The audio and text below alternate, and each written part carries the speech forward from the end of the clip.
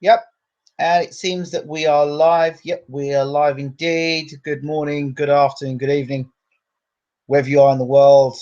My name is Ingram Jones, and welcome to Bayloric TV Boxing Channel. It's flashback time. It's for those of you who used to watch me when I used to be on the channel doing Bayloric boxing. Before it was just Bayloric. Before we moved to the new channel. I used to do this a lot. I used to do these pre-fight videos, thoughts and beliefs of what was going on, how I saw the world, or how I saw the world of boxing, who I thought was going to win the fight. But then I kind of moved away from doing that. Did focus a lot more on doing interviews, doing a lot more talking to people and doing features on the channel. A lot less of my own opinion, bringing other experts onto the show and doing a lot more interviews. So I kind of moved away from that a lot. But here's one that I certainly think I do need to talk about. I mentioned it about a month ago. I spoke about this particular fight back when Malik Scott was mentioned as an opponent for Luis Ortiz. Okay. I said over Twitter, I sincerely hope that this fight does not happen. I also remember saying over Twitter that Dave Allen, who has been a regular on Bayloric TV, of those people who follow the show, who's been a regular on Bayloric TV, I said I saw Dave Allen shouting from the houses that he wanted to face Luis Ortiz or David Price on December the 10th. And we knew that Luis Ortiz was going to be back on December the 10th, subject to if Malik Scott was going to cause any form of upset or injure Luis Ortiz. But you could see from when Malik Scott was in Monaco, he had no interest in upsetting the apple cart and was literally running around the ring, trying not to get hit by Luis Ortiz. And I would have to say that Malik Scott is a far more experienced boxer and has got far more better boxing skills than Dave Allen. You know, Dave Allen may have a lot more heart. He probably does have a lot more heart. And he's got a very good chin, but boxing ability, work rate, ring generalship, experience, know-how. Malik Scott's got that, and he's got that in bags of experience. You can't beat that. Good evening, Mikey, and good evening to Harry Smith. So I haven't got down to my thoughts yet, but there is something that's it's a trend. If you watch carefully, if you're on Twitter and you watch things, you'll see a fighter call another fighter out, and then you'll see it all settle down for about a month. And then the next minute you notice the fight's been announced. I get a funny feeling that these fighters are told, look, your name's in the mix. You're probably going to fight this guy next. Put it out, start to put it out there that you're going to fight. Put it out there you're going to fight. So you start saying, I'll fight you, and starting up a whole load of back and forth. A bit difficult for Luis Ortiz because he doesn't speak fluent English. But nevertheless, this if this fight happens, I think it's no disrespect to Dave Allen, and I love Dave. Dave is like it's kind of like a brother to me. But at the end of the day, wrong is wrong, and Dave Allen was 10 fights, and yeah, I know he's had a little bit more time to prepare for this fight. But no disrespect to Dillian White either. But the skill set of Dillian White and the skill set of Luis Ortiz are two totally different types of skill set.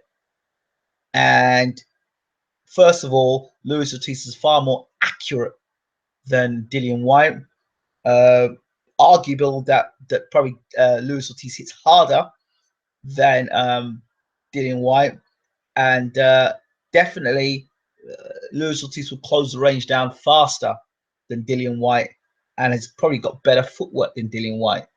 So I know Dave Allen was looking at the Malik Scott fight and saying, "Oh, Luis Ortiz looked old in there," but Malik Scott is an experienced veteran fighter. He knows the ring, knows the ropes. Been sparring partner for Lennox Lewis for absolute donkey's years in that camp, and has worked some very good trainers, and had a run of about 30 odd fights, being unbeaten. All right, so you had regardless of what the amount, regardless of the what you thought of Malik Scott's record, Malik Scott was still fighting at a decent level. He fought Glaskov, who was possibly one of the next big things, and he beat Glaskov. So Scott was doing fairly well until he crossed Derek Chisora, and he came to the UK, and he didn't beat the count. And then we had the wildest incident, and it seemed after the Derek Chisora fight, his career sort of like nosedived, and it hasn't really recovered from that. Yes, he went on and fought Tony Thompson, and had that sort of win against Tony Thompson, but Tony Thompson was as good as finished. I'd rather see Dave Allen fight someone like Tony Thompson. But the fact that Dave Allen, since that fight against Dillian White, has not been back in the ring, and now he's rumored to be fighting Luis Ortiz, I'm sure this fight's going to go ahead. And if this fight goes ahead, there is no reason whatsoever that Luis Ortiz should be in the ring with Dave Allen. I'm sorry. Dave Allen should be trying to fight for a Southern area title, right? That's what Dave Allen should be doing, trying to fight in a Southern area title, build up some wins, get his face in the British public. But, you know, there are people over at Twitter and there are people over Facebook that will, you know, rub Dave's ego and tell Dave, well, Dave, mate, you can do it, mate. You got a great chin. You got a great chin, mate. Because you've got a great chin, it doesn't mean they should be soaking up punishment with it. Because you've got a great chin doesn't mean that you should become the punching bag for for Sky viewers. Sorry, I don't agree with this fight. I don't see the benefit of this fight. If Dave Allen gets smashed to bits by Luis Ortiz, what happens? Luis Ortiz's career moves on. If he gets knocked out before 12 rounds or within 10 rounds, well, that means the Malik Scott's gone further than Dave Allen. And he went to points with Dave Allen. Malik Scott went to points. And what you don't also fail to understand is how much of that Ortiz fight was it that that he carried Malik Scott in that fight. I don't think Luis Ortiz is going to carry Dave Allen. I think he's going to put on he'll put on his display here. A guy's got 10 fights, lost one, right? And I love Dave, so please don't get this wrong. I love Dave, right? I was talking to Dave when nobody cared for Dave Allen, okay? But this fight is wrong. It's fights like these fights right now. This fight's made. These are the kind of fights that people get injured in. All right, it's any fight in boxing a person get injured in. But when you've got such a disparate gap between levels, has Dave got a puncher's chance? I don't think so. Well, he can punch a bit.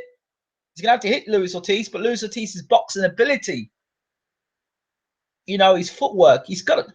I've been critical of Luis Ortiz, and these are reasons why I'm critical of Luis Ortiz. He hasn't fought a puncher yet, and now he's fighting a guy who's going to stand right in front of him. And the thing is, Dave's got only one way of fighting, which is just move forward, trudge forward, and take shots. When he starts to get hit by Luis Ortiz, he's going to have no other game plan, which is going to be right in the fine line of Luis Ortiz. And against guys like Luis Ortiz, that is meat and drink. That is tailor-made. That sort of style is tailor-made for someone like Luis Ortiz. And I just don't see the point in it. Maybe somebody here online is going to say different and argue with me on this point, but I don't agree with it. I really don't.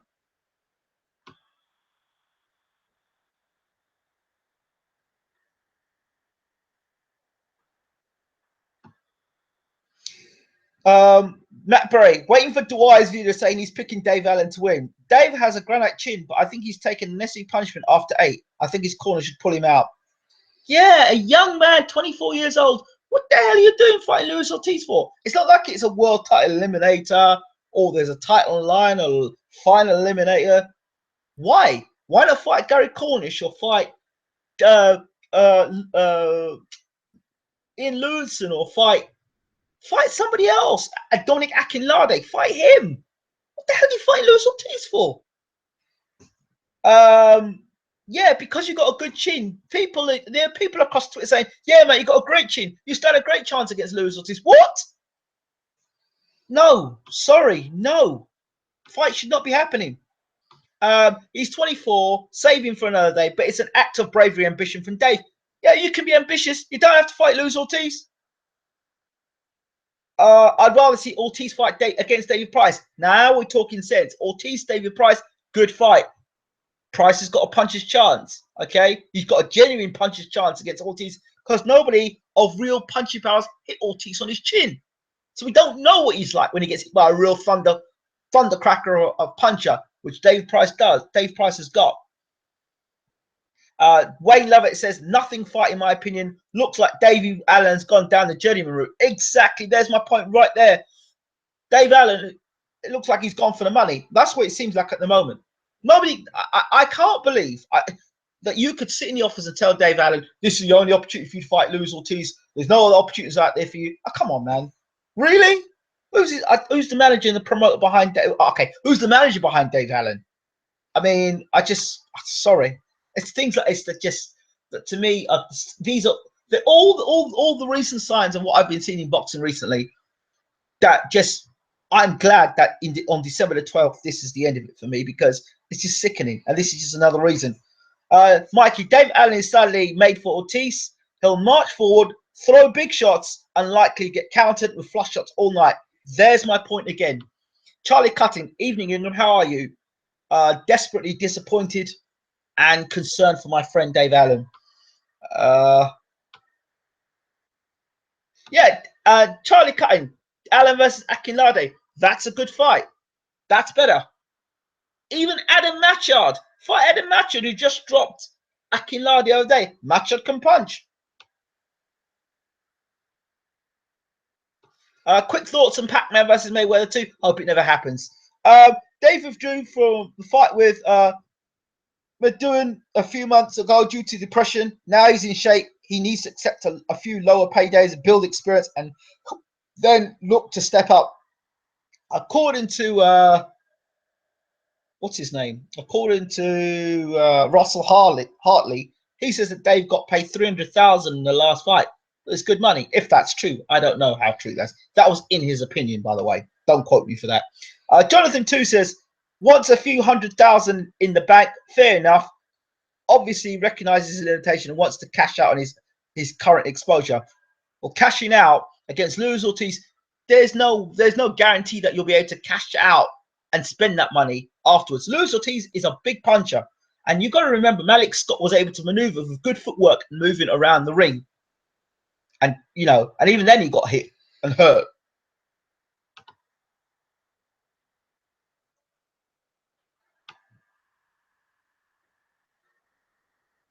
Agreed, Mikey. Should reschedule Nadu fight, says Charlie Cutting. Mikey, Jason Gavin landed flush against David. Like I said, he's very tough, but Luis Ortiz is a vicious puncher and extremely skilled. Will be a tough night for Dave, but we'll back him 100%. No, I can't back him. I can't back him. How can I back Dave in this? Back him to be sent into the slaughterhouse, and know that the skills he's got are not good enough to beat Luis Ortiz. Sorry, that's my opinion. He might go out there and cause a sensation, but I'm sorry. Terrible matchmaking if this goes ahead. Allen may have a top-notch chin, but he's going to be taking punishment all night long. Could end very badly for him. Yes, it will end very badly for him. There's no way out of it. Ortiz fighting Allen is retarded, says Leon Jones. And why people don't give a shit about the sport now. Now you understand my point. Keep calm and box on. Hi, everyone. I fear for the safety of Dave Allen if this happens. I do. What's the point of this? What are you trying to achieve in this matchup? But there'll be people who'll clap and say, well done, great move, excellent. Bullshit.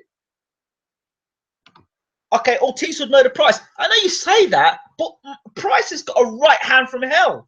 He doesn't do well against southpaws anyway, but he's got a right hand from hell. So if he lands that shot, would you rather see Luis than fight Allen? I just said that. Yes, I would love to see it. Allen beats Ortiz, in my opinion, says Harry Smith. Yeah, sure, mate. Of course. Cutting says, ha, ha, ha. No, I mean, I back him as a support, but obviously don't think he wins. I can't. How can I support? I don't support the decision, so I can't support him. Sorry. No. Might put a few quid on Ortiz points if it's actually an 8-rounder. Well, interesting. This is worse than when they put Riggin down with Dickens. Leon Jones says, Allen didn't throw a punch against limited white. Pissed myself laughing. Yet they want to put him in against Cuban Monster. That's my point. And he's going to look different to when he fought Malik Scott. Don't look at him. Because Dave Allen can't move like Malik Scott. Dave Allen don't move. They're totally different styles. Malik Scott can slip and slide and get to the side. Dave Allen can't do that. It'll just be straightforward like a tank. Who was Price actually knocked out with that right hand? Obviously, he hits hard, but his best win is Sam Sexton. He barely British level. I would disagree with you there. He knocked down Tony Thompson. So there's your answer there. Leon, he did land the shot of the fight, mate. Ortiz will remove Dave Price's head from his body if they fight. Listen, I keep saying it to you before. That'll be the big. David Price will be the biggest puncher that Luis Ortiz has fought in his career. Name me one puncher bigger than David Price in his career. He made Rigondeaux look like a slugger when he fought White. Harris, Ortiz, Allen can take Ortiz's punches. White can make Allen flinch. Ortiz will gaslight and Allen will stop him. See, it's stuff like that. See, it's comments like that is what gets people hurt in boxing. And then these people flee when people get hurt, seriously hurt in boxing. So this is a sort of buffoonery that I really don't want to get involved with. Yes, and Tony Todd's been knocked down loads in fights. If Price was devastating punch, he'd have put Thompson away. Yeah, and Klitschko did that as well, didn't he? Yeah, Mikey. How many people have actually knocked Thompson out? Only Vladimir Klitschko. And even his punching power is got to be questioned now based on the information we've got now. If it's not Dave Allen, who else do you think is being lined up? Gary Cornish?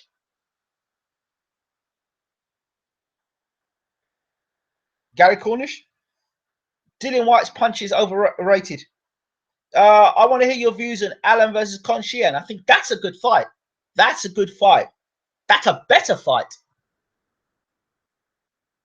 That's a better fight. But Price is a big puncher, but Tony Thompson can knock him out. What will Ortiz do to him? Allen and Price are terrible opponents for Luis Ortiz. I don't know. Ortiz versus Tava. I wouldn't want to see that. Cornish, he would be a better fight. Of course he would be. Of course he would be. Of course he would be. So I'm sorry. I can't defend that. There are people here that will defend it. Stop being so negative. Allen is a 50-50 fight, mate. I bet your name's not even Harry Smith. And the fact that you come in here calling yourself Harry Smith when I'm sure you're not even Harry Smith. And then tell me stop being so negative. Mate, I can't take you seriously. Allen would beat Conchian all day long, in my opinion. Yeah, well, Peter Fury is going to put him in the ring with Dave Allen, so he must know something. Bearing in mind, Peter Fury has trained Dave Allen. And Peter Fury,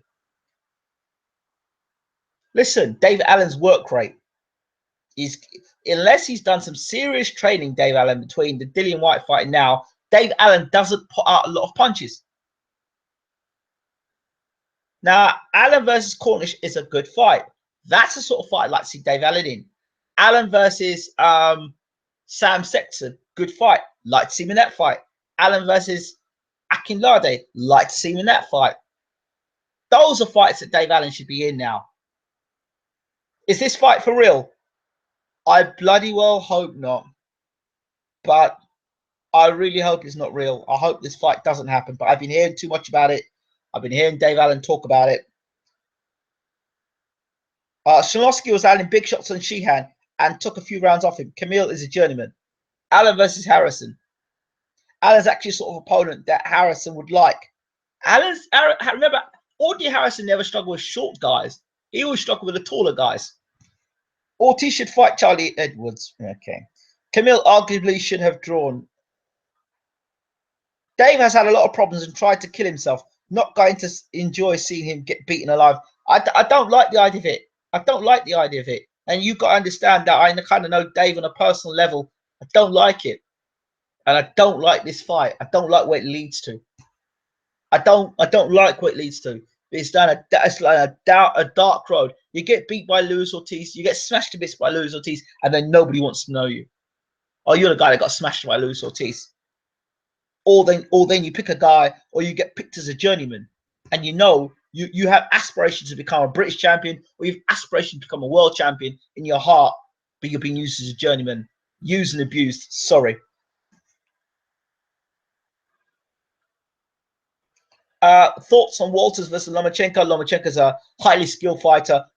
Walters comes in as the puncher, but how much of a puncher is Walters going to be, being inactive for the time he's been inactive against a highly good, sophisticated boxer with great boxing ability and footwork? That's my problem with that fight. I really think that Lomachenko should win the fight if he doesn't make mistakes. But it's just the what if Walters lands factor, really.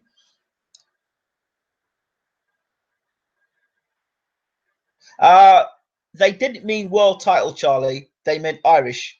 I hope so. Sadly, we saw what happened to Nick Blackwell, Mike Towell, Pritchard Collin, and now Energy Eddie. I do not like this fight, but Dave will give it his best shot. Sheehan beats Ortiz also.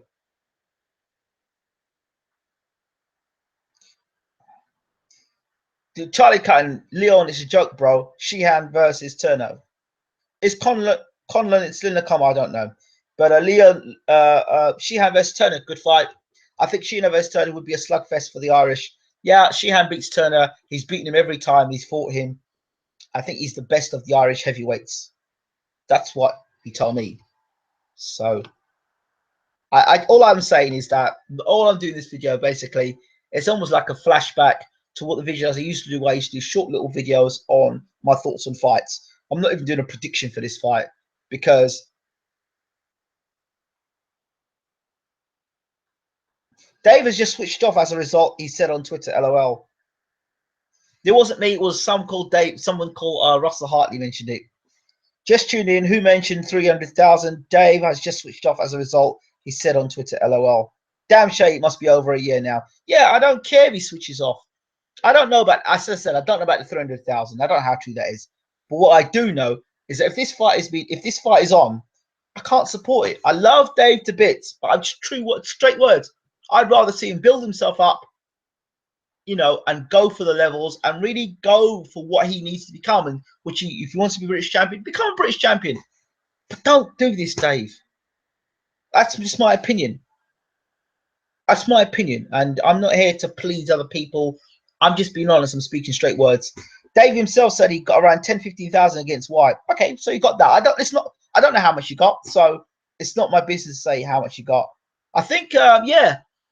I think Hartley said it to me in the interview. I'm sure he said 300,000, or he may have misquoted him, but he did say something like that in the interview I did with him recently. Dave Allen is probably the only guy at this stage who will get in with Ortiz, so I can't blame him, to be honest. Otherwise, there'll be no fight for Ortiz. That's not an excuse, my friend. I'm sorry. Who actually thinks Hearn would pay someone 300,000 for undercard fight for the WBC belt? I don't know. Don't care. Agree. Hearn hanging Allen out to dry. Well, you know my thoughts on that. Now that's a fight. Now we're talking a fight. Amir Mansour versus Luis Ortiz. That's a good fight. Why?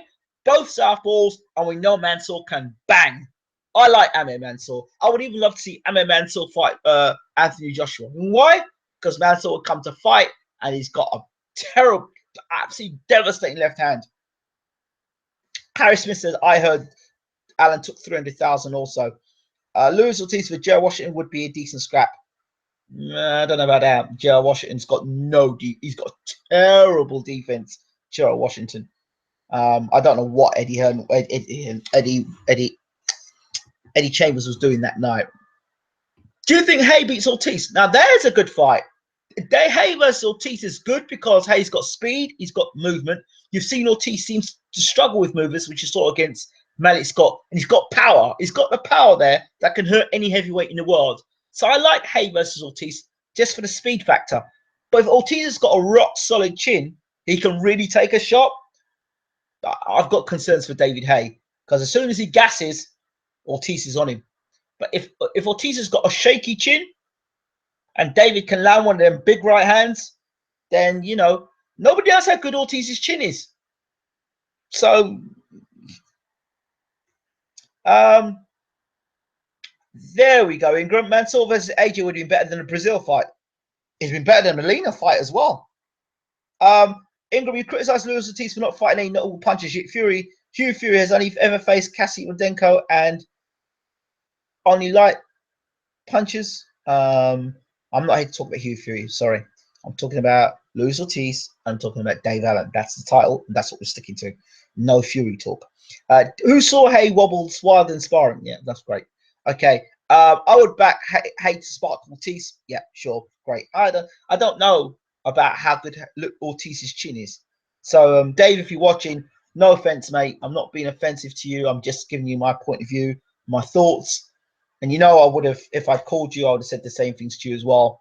But it's not my opinion. It's your career. And obviously, you know something I don't because you're on the inside. But from a personal standpoint, can't agree with it. And like I said, December can't come quick enough. I'm not being funny, boxing fans, but people have supported me. I appreciate it. I would have shut the channel down already. But at the end of the day, in respect to those people who have supported the journey this long, I've kept the channel open till December. But after December, or mid-December, or 10th or 12th of December, then Thomas Mazurek knocked him out in the amateurs. Is that true, Mikey? Yeah, Ortiz got dropped by Cuban Islandi Savon. Well, there we go there. So if those true things that he got knocked out in the amateurs and he's not got a great chin, that might answer the question as to why he's not fought any heavy punches. If this is true, I don't know how true this is. Any interviews lined up this week? Well, I had to talk to a few guys, but I don't know. It's a whole motivation at the moment, guys. I'm being honest, guys and girls. It's hard. It's hard to be bothered anymore. You know, it really is. So we'll see. We'll see if I can find the the motivation to do some interviews this week. Really, honestly, I think we've got a great fight on this weekend against the two boys, Lomachenko and Walters. Yeah, he was number 3 in the Olympics. So Ortiz was blown hard after 6 against Jennings. He was, and Jennings is not a puncher. And I thought Jennings was coming back into the fight until he got caught with the uppercut. So yeah. I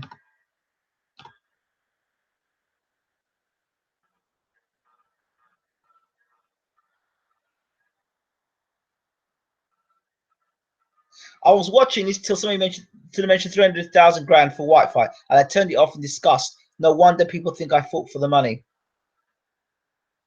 Well, there we go. So then, hold on a second. I'm just going to retweet this here to.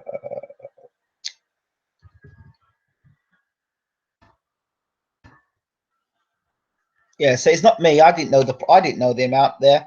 Are you doing some sort of special show on your last one in December? Yes, I will probably try and do that. A special show in December, as it's been the last one ever. I'll try and do something a little special for you boxing fans and supporters and haters. I'll do something special on the night, definitely, because yeah, it'll be my exit from the YouTube community and the YouTube boxing community. So, well, Hartley Marshall said that he gives Gornish a good chance against Luis Ortiz since he's the biggest jabber he's ever faced. Yes, great. Yeah, so I am doing Leon Jones. I will be doing something something pretty special for the last show. Yeah, I will do something special. I'm gonna kind of do an interview style last show. Hopefully, I can drop some hints and tips, some ideas for people who want to get into the business, people already in the business, and just share some tools and share some free information that can help others move forward where I can. 8 years doing this, it's enough. Is Alan really going to fight Ortiz? I believe so.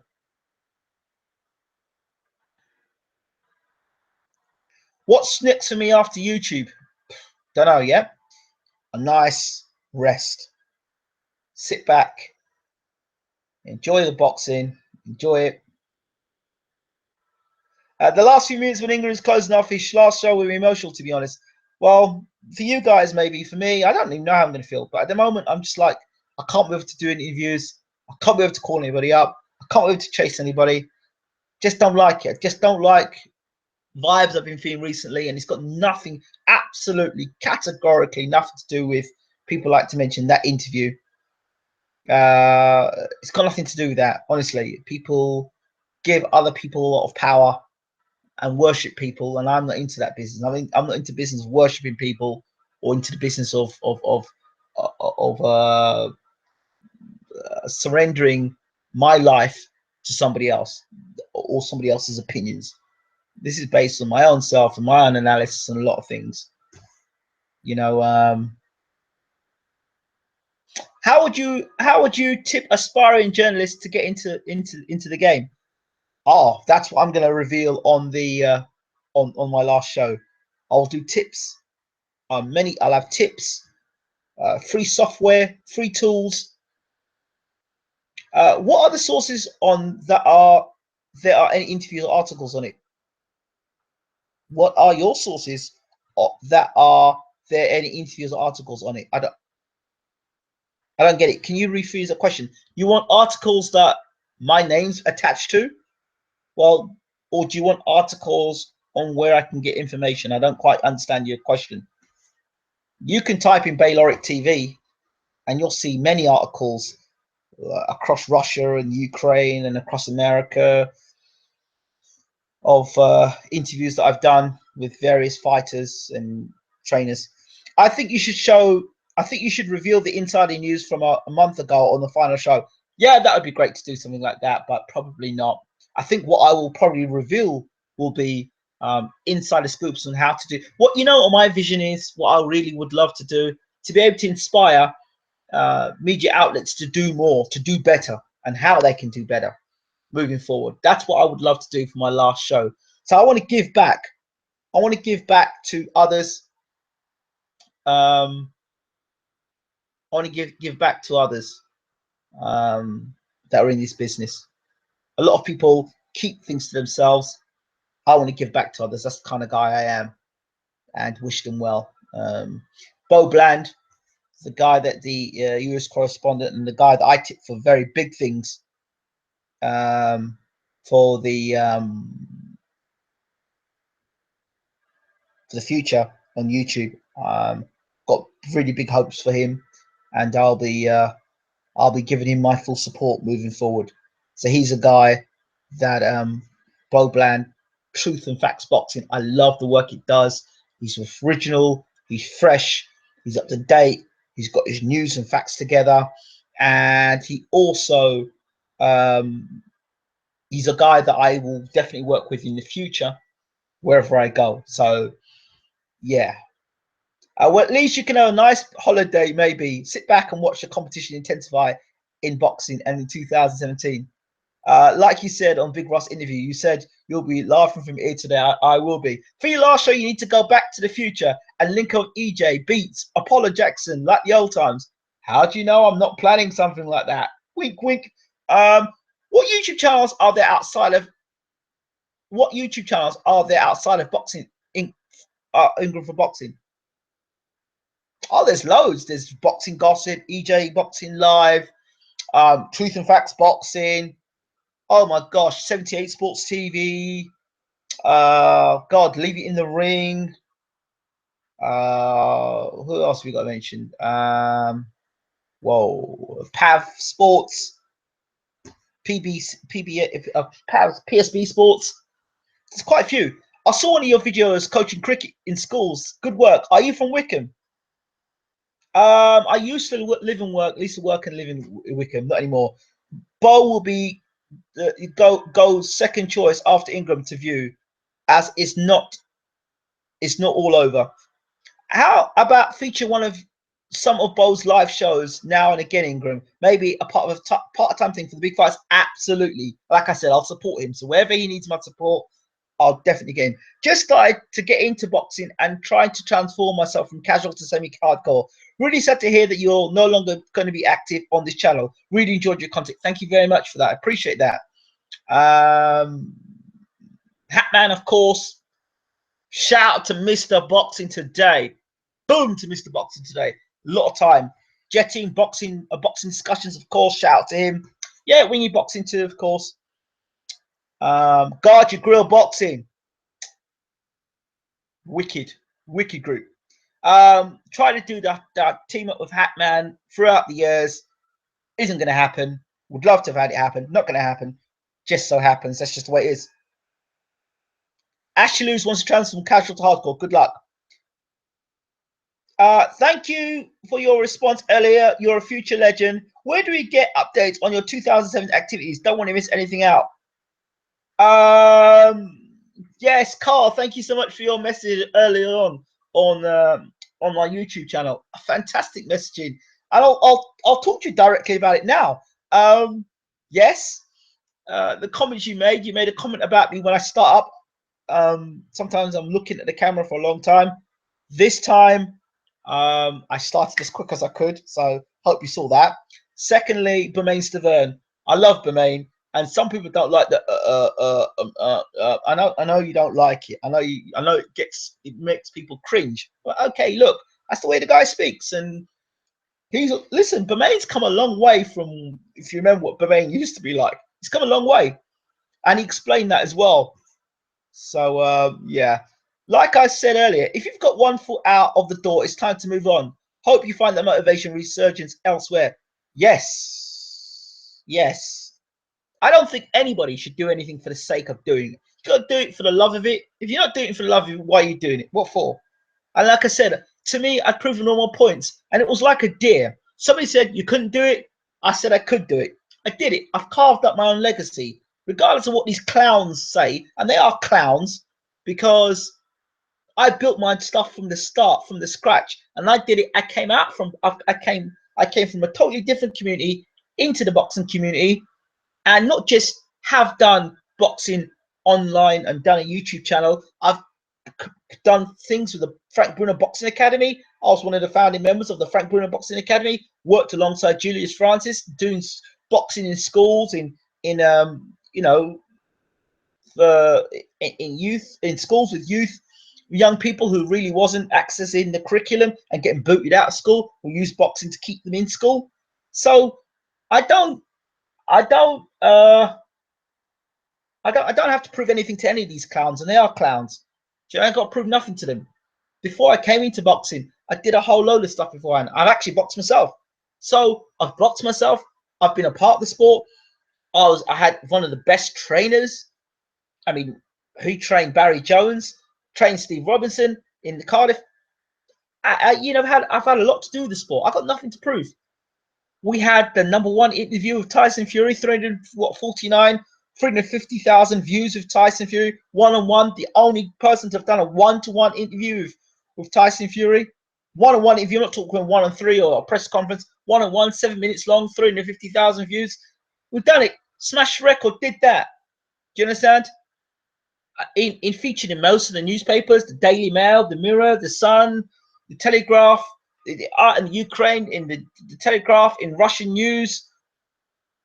So you've achieved those things, and it was just a deer. Remember, it was Bayloric Worldwide Television, and this Bayloric TV boxing, inspired by a lady by the name of Lucy Marshall. Shout out to her. She inspired me to go to that next step and to get the boxing channel up and to really dedicate myself and push to the boxing.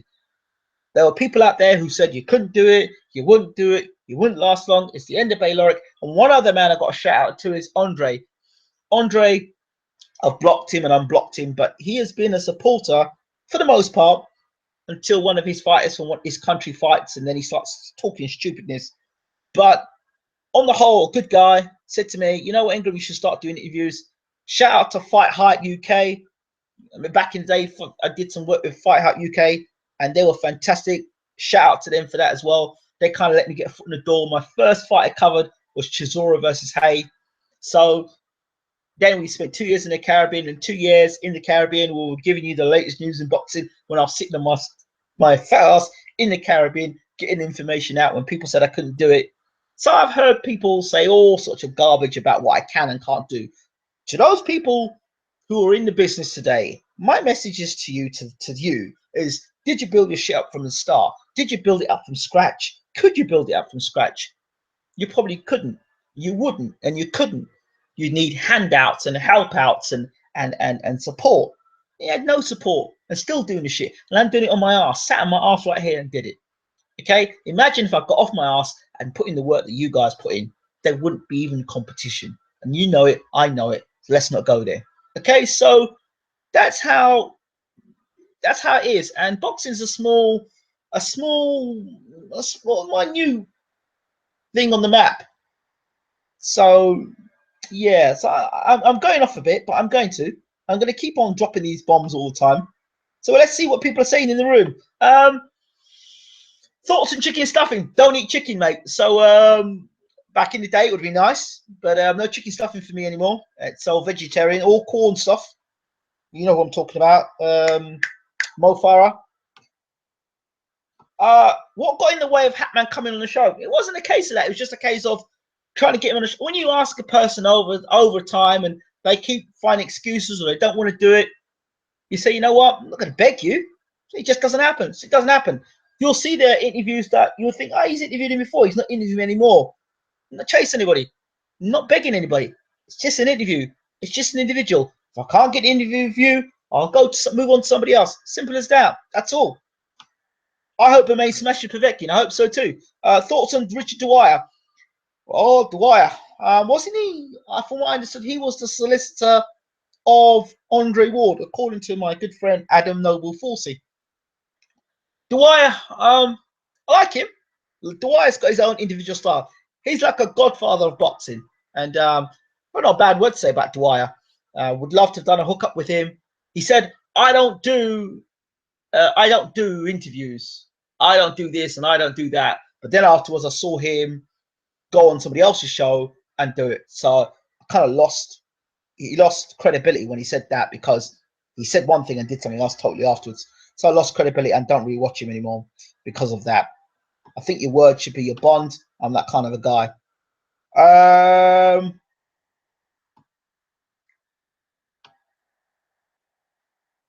Robert, Dwyer is back in Allentown, Point Ortiz. You're funny. Dwyer sounds like a robot. No offense. I love Dwyer, man. Dwyer's got his own style, and he was a godfather. I can't say I haven't watched Dwyer, because Dwyer was a big up to Dwyer. Is this the end of your for the boxing or worldwide channel too? The boxing channel will definitely go first. That will go, because that's the end of that. But as for worldwide, that's a good question. Can't answer that one yet. You and Anthony from Thunderdome Boxing would be an unreal match up on the boxing minds. Yeah, Thunderdome Boxing, love to bring him on the show.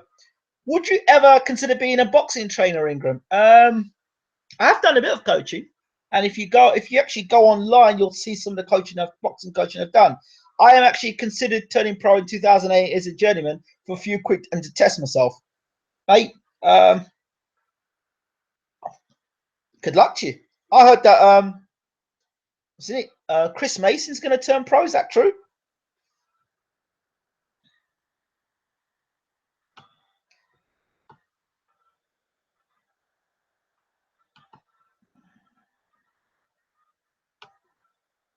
I think men will return to YouTube one day. Not really, mate. Not at all. No, I don't think so. I can assure you that YouTube is not the way forward. Ingram, without testing, can you confirm you're optimistic about the future? Hell yeah, absolutely. If you look at what I've done over the last, from 2012 to 2016, and what we've achieved, not just in this country, but in the Caribbean and in America, should be very optimistic. And if you think about this as just being nothing more than a dare, an experiment, and market research, if you put those three things together, I think you should be positive for the future. Absolutely. Absolutely. What do I think of 78 Sports TV? Great man. I love him. He speaks his mind. He says what he's got to say, and I like him. He's been on the show a few times, and got a lot of respect for 78 Sports TV. I've got a lot of respect for anybody who speaks their mind and says what they've. If a person speaks what they've got to say, and they're honest, at least you know where they stand. Even a racist at least you know where they stand. What I can't stand is two-faced people that smile in your face and then go behind your back and talk crap about you. That I can't stand. And I will go on to say this point, that karma, what you put in this world is exactly what will come back to you. And if you like sensationalism, sensationalism will come back to you. If you like seeing other people go under, don't worry, when you go under, it will be sensational as well. So that's what I'm saying, just putting it out there. What does Bayloric mean? Bayloric, I'll tell you about it now. I might as well go into it while we've got this evening up and we've got some time to talk. Bayloric, when Bayloric was founded back in 2009, it was because I had just got into the cricketing. I was in the cricketing community already. I wanted to start my own business at the time. So I was looking for something and I didn't want to have the name Ingram Jones Cricket. It's just a lot of people have corny names like Jack Jones's Cricket or Jack. I didn't want that. I didn't want my name attached to the cricket because I felt it was very self-absorbed and it was all about the people out there. So I started up looking for something, and then I came across this name Baylor. Baylor. I went, that's an interesting name. Why Baylor? So I'm going from trying to understand. Baylor meant sheep shearer, but then now you're going to hear the secret. It also meant somebody who delivered, somebody who came up with the goods. So when you hear the name Baylor, that's basically saying somebody who will deliver, somebody who will come up with the goods, somebody who's consistent. And then international was because of the sort of people I was at. International, I was coaching young people, Pakistani, Greek, Polish, Chinese, young people from all around the world. I was coaching from different nationalities and different backgrounds, international, and making them champions. I was coaching young people. They were coaching them from grassroots level, from getting them to become county players. So for me, I was not only doing that, we were winning championships as well. Built a cricket club from start, and then by the end, we had five or six teams, from under 11s right through to under 17s. Myself, and I, going into schools, developing as a development officer. So Bayloric. So I was Bayloric. That's how you got Bayloric. Baylor International Champions. When I got married to my wife, became worldwide. Then obviously we had other people getting bored. We no longer controlled Bayloric. Bayloric Worldwide Television came aboard when we were in Grenada. We started our own online television station with our own shows, televising from the Caribbean. And during the time of Bayloric in the UK, I became a national community champion. It was on Sky. Over 8 million homes saw the actual documentary that I was in. I'd set up academies across the southeast, London, Kent, and Buckinghamshire. 3 different academies are set up, and that's how it was running. So all these things were happening, and so yeah. Then we had the worldwide television. Was interviewing people across the Caribbean. Then I started doing the boxing as well with it as well. As you saw, Bayloric came to UK, did the YouTube channel separate to the boxing for the boxing. During that time, we also did interviews with some very Destiny's Child's former manager, and they've even mentioned us in their book. So that's quite nice. And yeah, now we're following up on the documentary. So there's some really good things and some positive things for the future. So that's where it is. And then the television stations you know about, which you've got Bayloric. If you go back, for those people who are watching this now, I want to know about the origin of Bayloric. Go back and check out Bayloric, not Bayloric TV Boxing, Bayloric. Go and subscribe to that channel and go and look at the old videos. There's loads of old boxing videos there and boxing interviews that are very interesting. In fact, some really really funny interviews. One interview I suggest you go back and listen to is go back and listen to the three part series of Don Charles, Ali Adams, and Steve Goodwin. Ali Adams was considered a drug cheat. He said he took the injection in his neck. Don Charles said he stuck the injection up his ass, and Steve Goodwin was there as well. It was quite hilarious. It's serious, very serious. It's a 3-part series. Then you'll see the whole build up between this Chisora versus Hay. You'll see that in there. Interviews with Frank Warren and and quite a few other people as well. So check it out. Good stuff in there. Right, there's so many people in this room. Right, so I hope I answered that question there about Bayloric, and you understand what it is. I hope that helps. That day, Ingram got his channel name on the BBC teletext was amazing. Really, really, you've come a long way, man. Thank you very much. So I'm optimistic about the future, and I'm optimistic in the future because let's just say my future, as much as it's in my hands, without going into too much, it may end up being in somebody else's hands as well. So, hello, okay. I think I'm going to return to YouTube one day. No, I will say this. I will say you to this point. I won't say much more about it. If YouTube decides to shut down tomorrow or decides to charge people for uploading to YouTube, all those YouTubers that are around at the moment are done with, finished, kaput. That's all I'm saying about that. Love the interviews you have, Roy Smith. Thank you. Like Lazarus. Good evening, Mr. Marshall. Good evening, Hartley. Hartley Marshall says Ingram is man of his word. When he says something, he means it. Allegedly, Chris Mason is turning pro. Yes, I heard he was training with Don Charles and turning pro late 2017. How far do you think he'd go? European champion? Don't know. I'm going to have a word with him. Will you be involved in sports in some way, Ingram? Absolutely.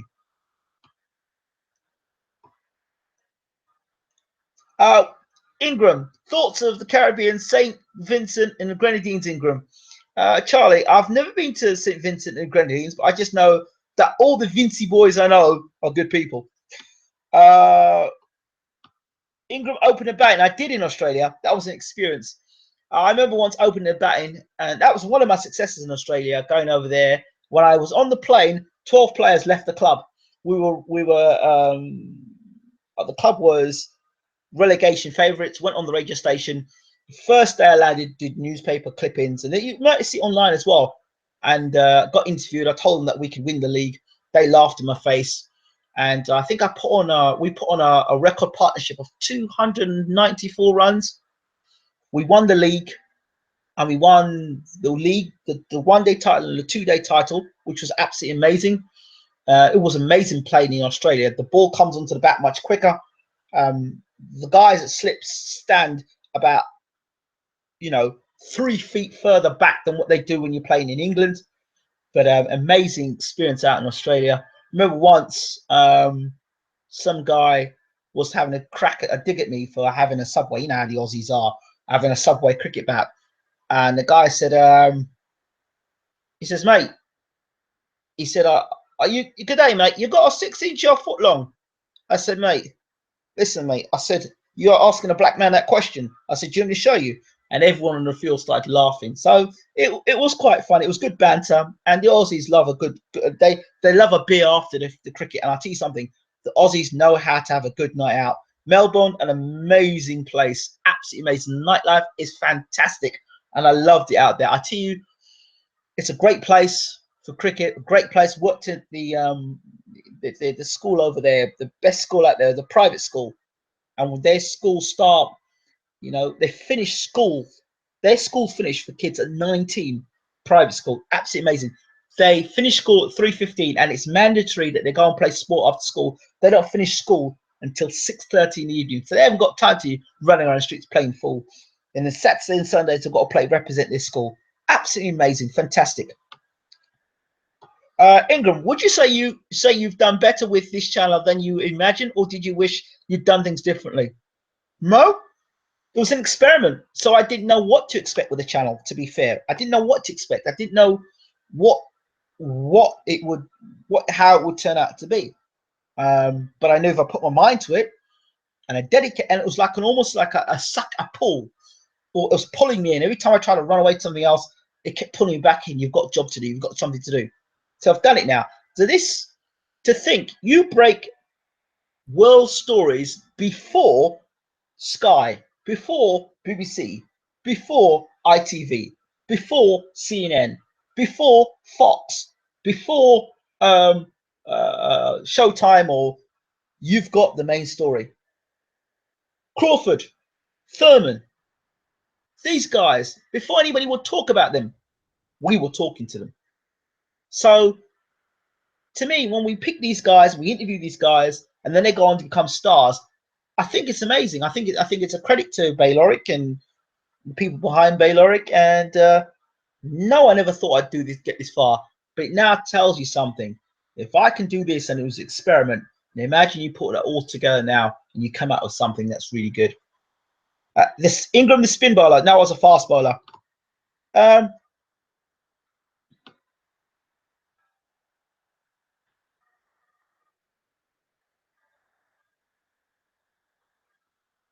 So we got here. Ingram, will we find? Will we find out where we can catch you after YouTube channel finishes? Oh yeah, you'll be able to find me, all right. I'm probably going to do something where either I'll invite people to sign up to email list, or I'll probably keep the boxing. I don't know what I'm going to do yet, but I'll do some way of some people being able to keep in contact. I was a big cricket fan in the day. Malinga was my awesome fast bowler. Worked with him, worked with Malinga, worked with 16 of the best players in the world, including the spin bowler. I can't remember the spin. The spin bowler from Sri Lanka. I got loads of photos. So, and 3D, and the opening batsman for India, the short guy, Shewag. Lot of guys. Yeah, I've met Chris Gale as well. My cousin plays cricket for Grenada, Pascal. India destroyed us this morning. No surprise. Opinion on Dale Steyn. Best ball over? No, I love Shane. I preferred Shane Bond. Shane Bond was amazing. Shane Bond could swing the ball both ways and bowl with extreme pace. Opinions on Stuart Broad's overrated. Any news on Yuri fighting on the 10th as well? Nope, heard nothing. Thoughts on 9/11? Inside job. Harry Smith seems like a journeyman from Croatia. Shane Warne, best bowler ever? Well, don't know. He was a good bowler, but the era. If you take Shane Warne back, how would he have done in the eras back then? I mean, you got guys like Lance Gibbs. You had Laker. You had Michael Holding. You had Joe Garner. I mean, you know, you just keep going on and on about fast bowlers. And Hadley, what's his name? Thompson and Lilly. Shane Warne, best bowler ever? Don't know about that. Ingram opens the bat with cap on. Indeed. Have you seen the Scottish kid? Yes, Josh Taylor. I think he's amazing. I think he's very good. And if they look after Josh Taylor, he could go on to become a world champion. I think. What's your most memorable boxing interview ever? Memorable interview in boxing? One you were nervous about before?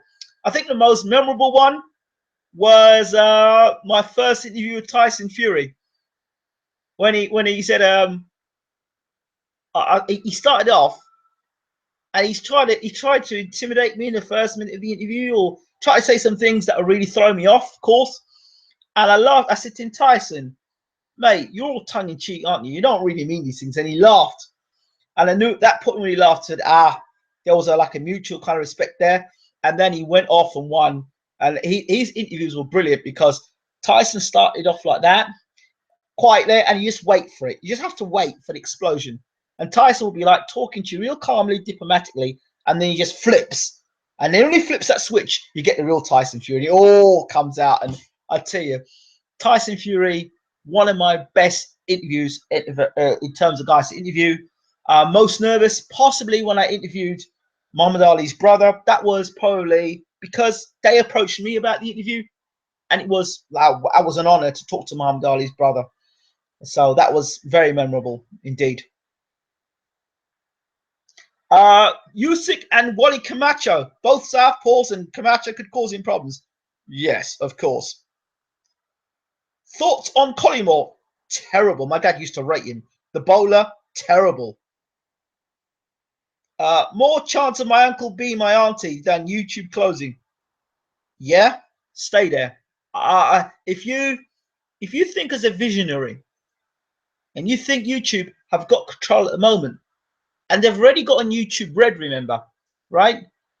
Some bright spark will come up one day and say, I remember you were at the hands of YouTube. If YouTube decides, you know what, we're going to charge you 5 cents every time you upload a channel, or we're going to take it out of your purse every time you upload, what's going to happen then? You're not in control of your shit. You're not in control of shit. You're hoping and you praying that YouTube's going to keep things the way they are. Who would have thought YouTube have done things the way they are now? There's some things have changed in YouTube. We've got Google Hangout now. We've got Live. There's so many things that are different to change in YouTube, and more things are happening, and more updates are happening. So we don't know what's going to happen in YouTube. That, for me, I like to have control of my shit. Look behind you. There's a blue marker in the curtains. Yep, you're a very funny man. I'm not playing that game again.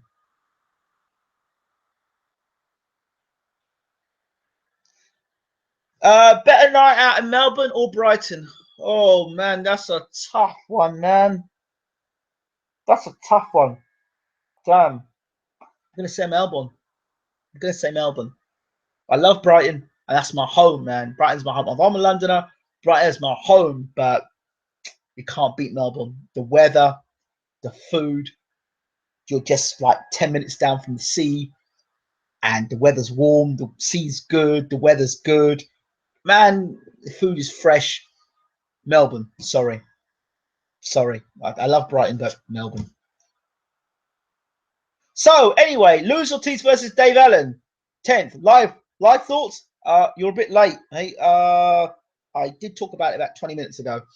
Australia sounds like a great country, to be honest. Would you go there for a visit? I've been there. I was out there for 8 months.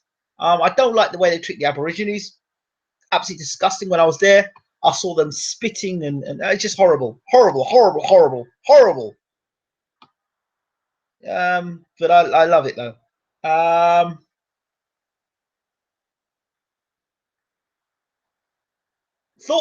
Your thoughts on when Flintoff boxed Ingram? Credit to Freddie Flintoff for boxing. Should never have been main event. End of conversation. Harry Smith was a jack-up gossip account who trolled Ingram.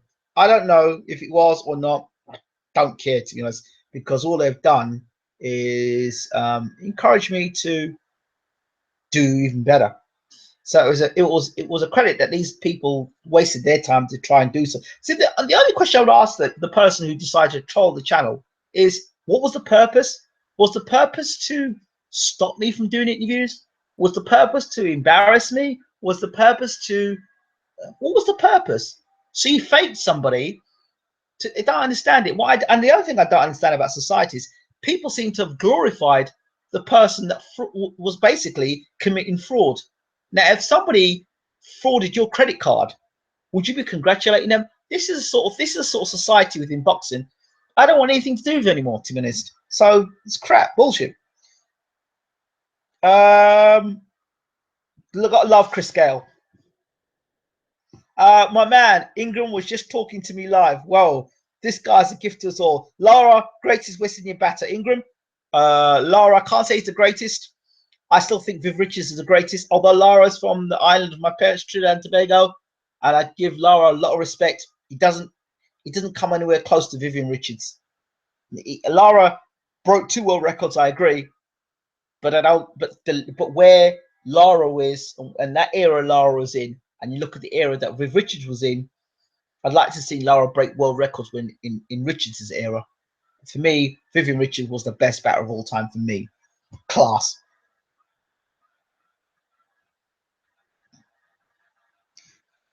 Missing the beginning of the stream. Best dream boxing matchup of 2017. Dream matchup.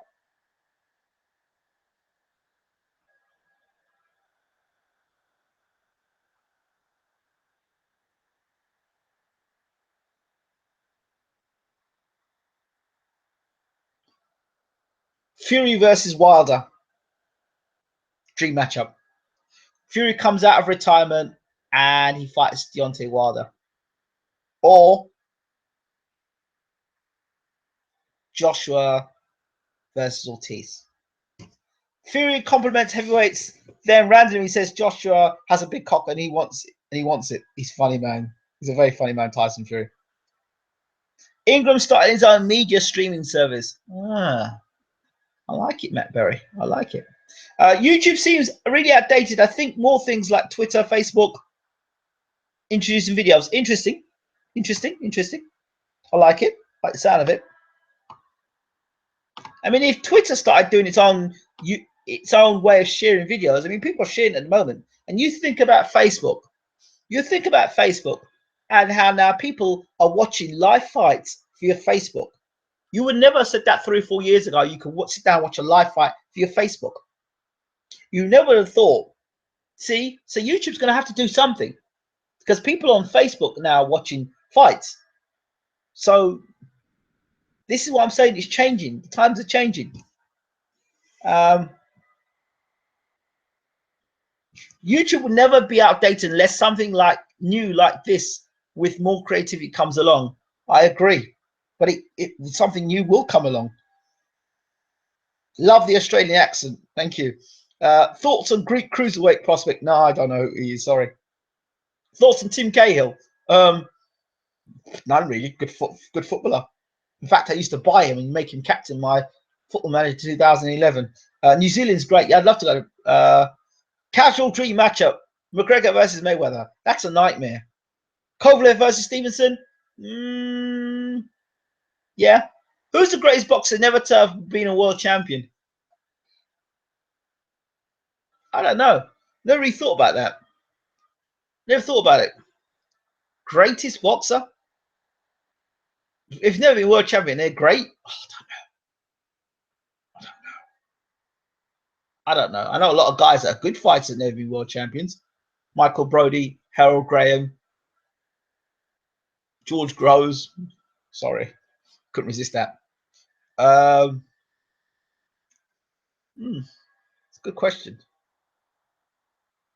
Even Frank Bruno went on to become a world champion. Can you believe that? Damn it. Frank Bruno, world champion. Anthony Cruller, world champion. I still, Martin Murray is terrible. I can't understand. This is the one that boggles my head, yeah. When I used to watch Anthony Cruller, he was the guy I used to watch see get beat up or struggling fights and not look great. Okay. I don't understand how Anthony Cruller gets whacked over the head, right? Comes back and ends up becoming a world champion and is suddenly considered an elite fighter. I don't understand how that happened so quickly. I never understood that. It still baffles me. I tell you what baffles me even more: Dali Perez. His performance against Hooker. He looks a totally different fighter.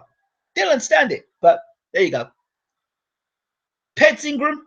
I'm not going there. I didn't say it, but he certainly looks a different fighter to the guy who was fighting, who was struggling with what's the Welshman? What's his name? He was a world champion as well.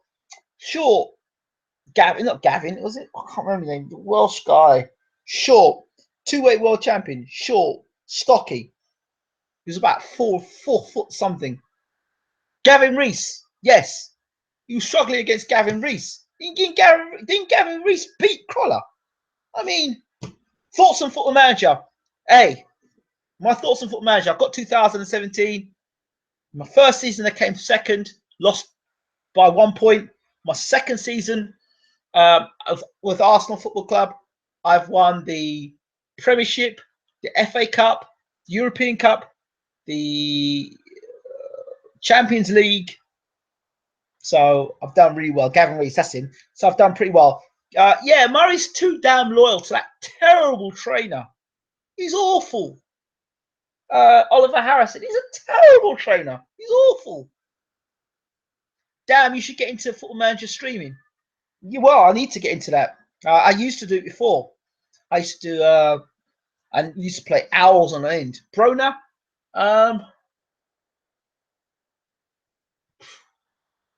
wasted talent, absolute waste of talent. Brona, absolute waste of talent. Okay, you guys have got 5 minutes, 4 or 5 minutes. I've gone a little longer than I should have done. So if you want to fire a question off, guys, and I'll answer them. And what's your football knowledge like, Ingram? It's pretty decent. My cousin played for Tottenham.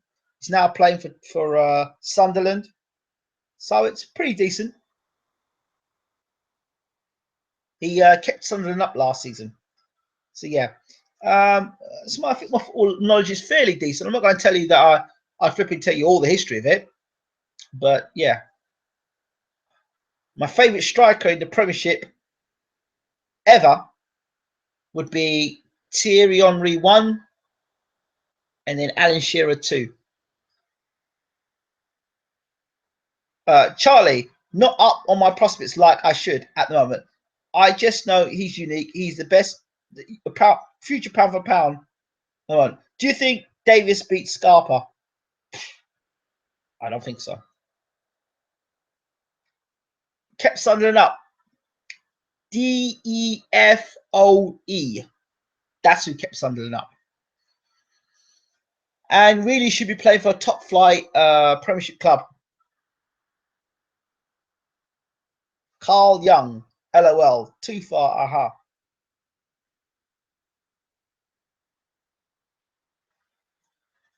Ahara Davis is a clown. I don't know if he's a clown. We'll see what he does. I mean, if Ahara Davis gets rid of Scarpa, we know we've got a class fighter in his hands.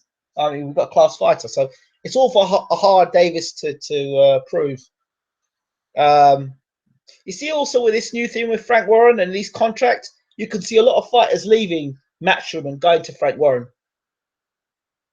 If they get paid good money, it'll be interesting to see what happens. I am looking forward to it. I really am. I'm really looking forward to it. I hope BT put on really good quality fights. I hope BT have really good commentary. I hope BT not only have quality fights, quality commentary team, quality pundits, and I also hope that they put on a quality magazine show.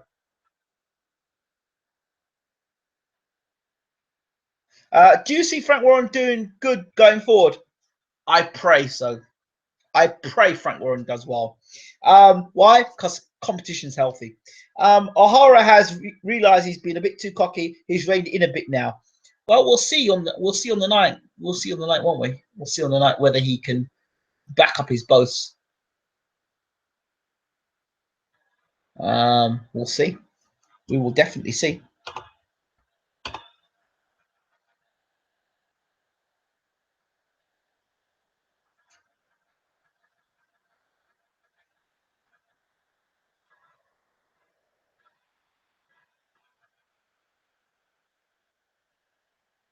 Duck Hunt Dog on Twitter has just come out and says, Baylor at boxing, Alan has the perfect combination of not enough skill and too much heart. He'll get KO badly by Ortiz. Not a good matchup. I left a comment on my YouTube, on my Twitter page, and I put, when has a Twitter rant or blog or the words of an expert got the belt removed from a champion? Never. So let's move on and hope for the rematch. Gary Logan says, thank you. People need to move on. It was close end of folks going on like they caught Ward in bed with their missus. You can always rely on Gary Logan to leave us a cracker of a statement.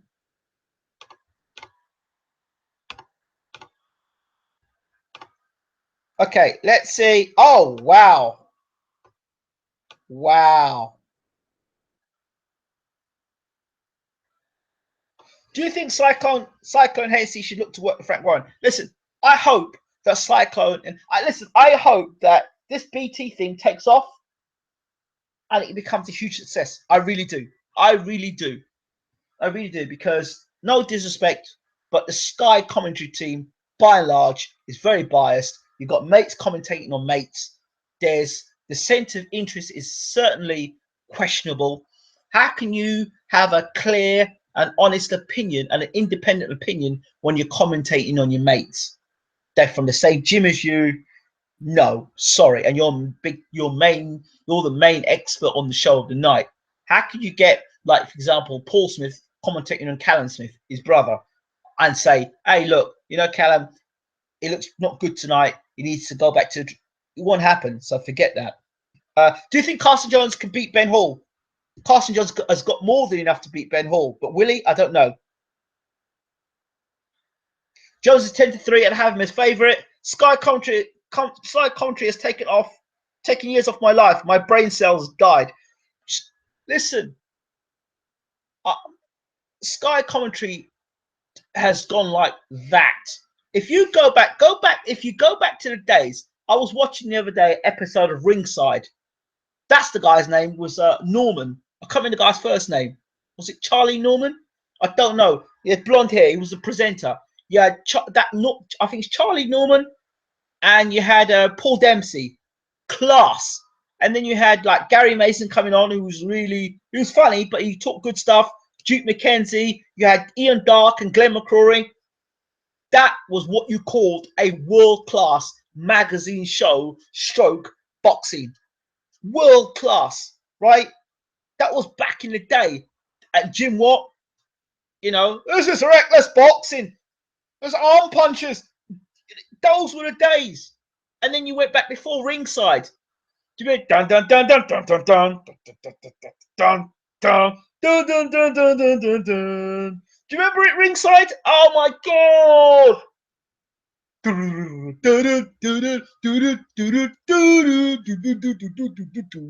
it was less hype and more about substance. Every week somebody's got rivalry on Sky. This was real substance, proper substance.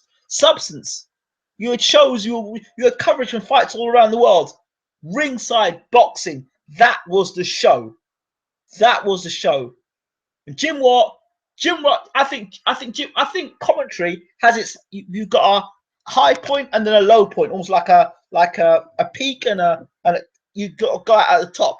Jim Watt's best days were with when he was with Reg Guttridge, and it was great when he was with Ian Dark. I think he did commentate Ian Dark a few times, but he started going downhill when he was on every week on Sky, and every week.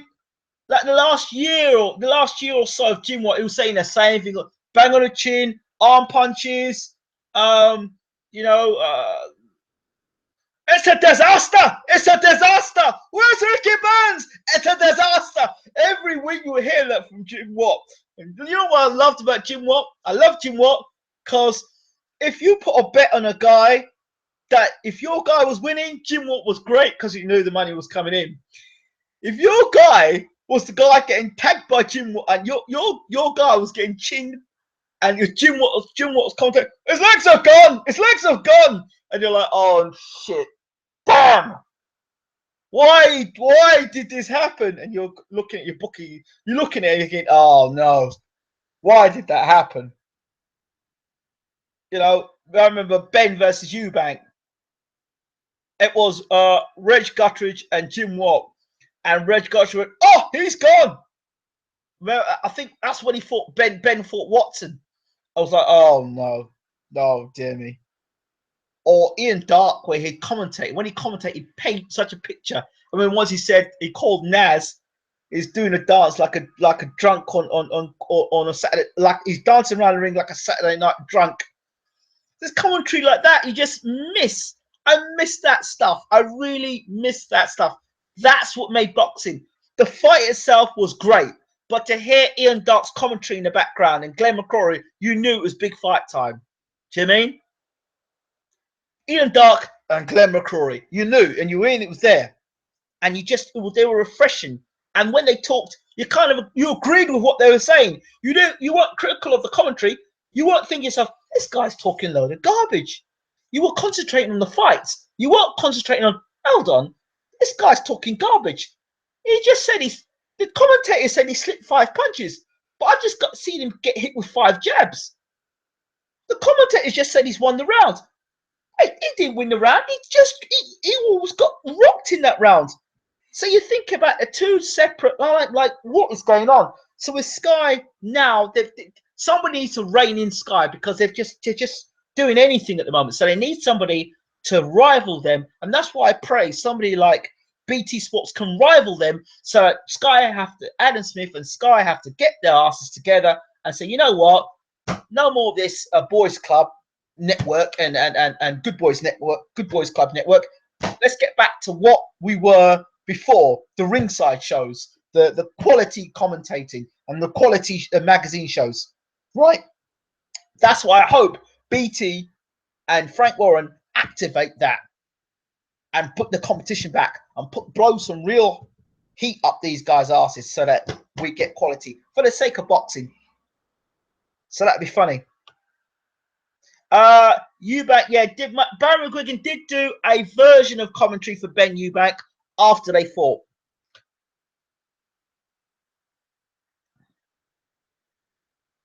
Oh, one last question before I leave. Is your relationship with Bo still good? Will you be working with him moving forward?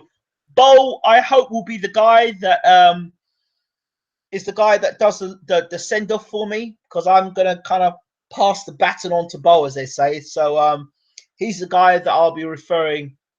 He's the guy that I will have as the guy who will host the last show for me. And yeah, my relationship is very good with Bo. Very, very good with Bo. And I think that he's a star on YouTube. I think he's a star. I really do. He's got his own style. I think he's definitely got a style. He's definitely got a style. Glenn McCrory wasn't as biased as the loss of a Skylock. Yeah, and that's probably the reason why they're trying to get shot of him. I agree. Jim wasn't bad as people's. Yeah, Jim. Did I watch the Groves fight? Yeah, I was kind of disappointed with Groves in the sense that he didn't do the usual ring walk with a cap on his head. I missed all that. I like the ring walk of George Groves. It's quite funny. George Groves, when he does his ring walk, it's like I'm a bad man. I'm a bad man who's going to do the business. But world title fights, he never has done the business, you know, or got the job done properly.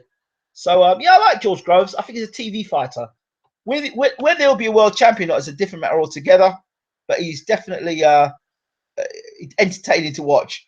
I predicted Joshua to become Olympic champion and world champion when he first entered the amateur gym for the first time. Congratulations, Leon Jones. Bo Bland wins versus Ingrid Judge unanimous 118, 110, 118, 110, 120, 108. And the new Bo Bland. I don't mind that. I don't mind that.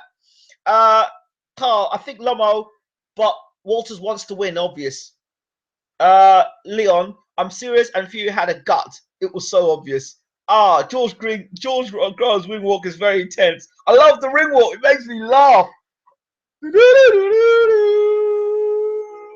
I do love you.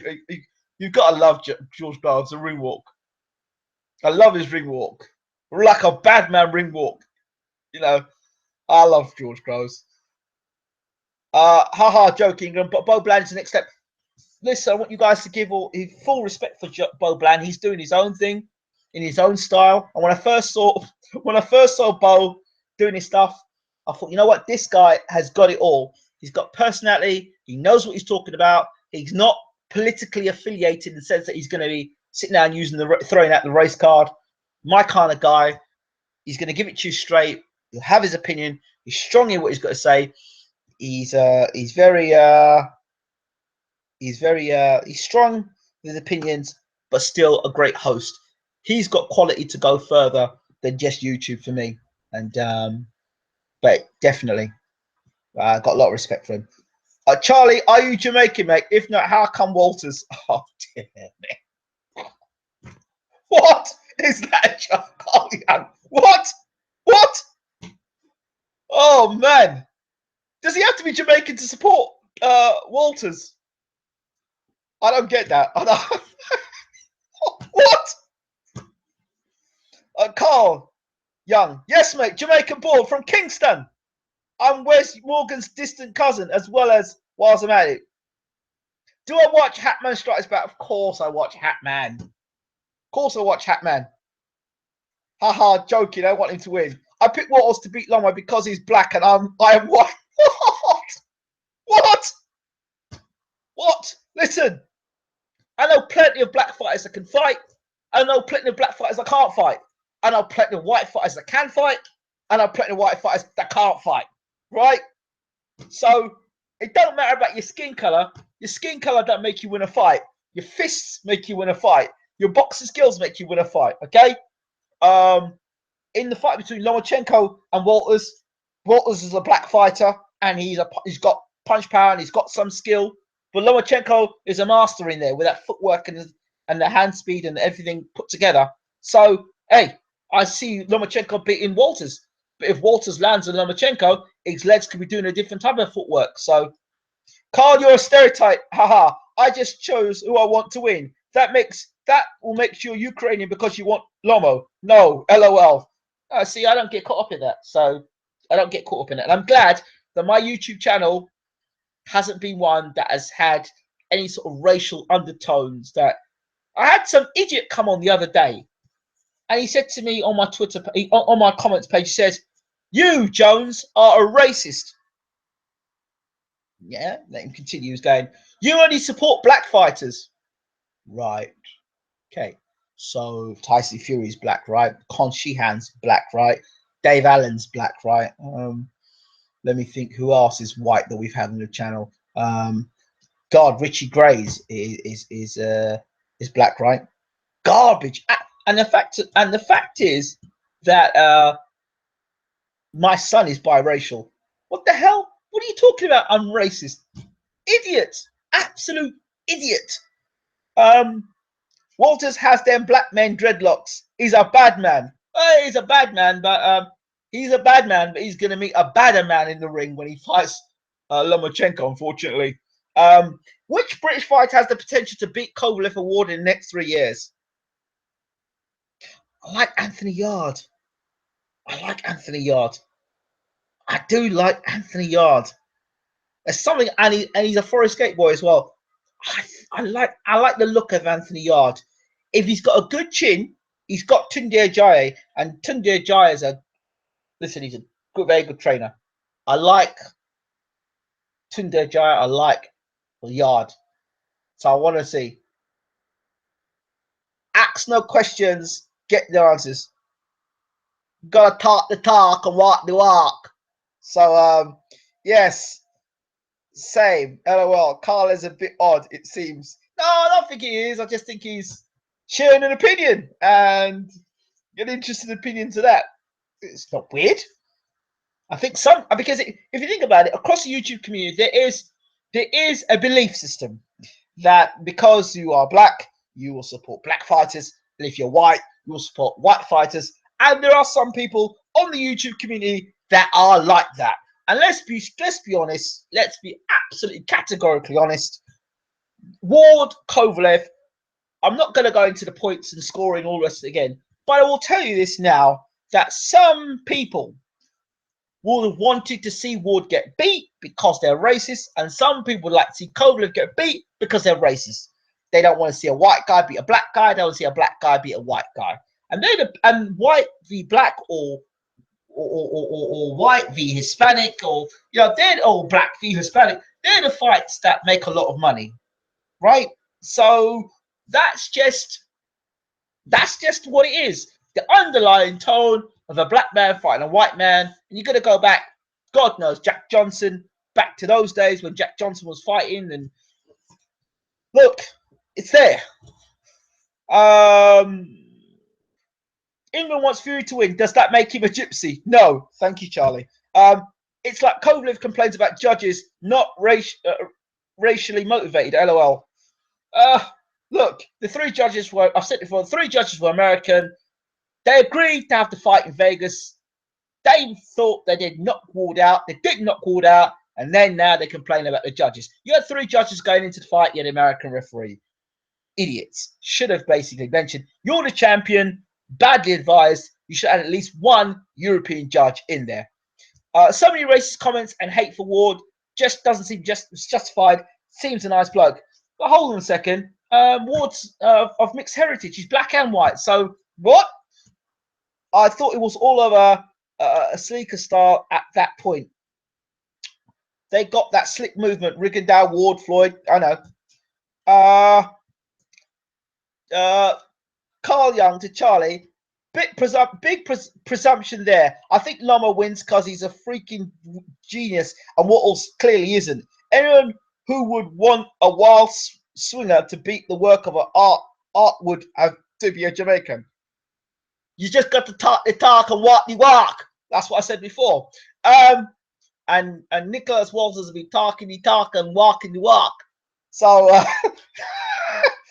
okay, Ingram, I liked your comments, your post-Ward fight comments, but didn't like all the casual comments and put them in their place. Yeah, I'm fed up of it. I'm fed up of it. I'm fed up of it. You have to appreciate Spencer Ferron. He would put Game Coleman to beat Fury.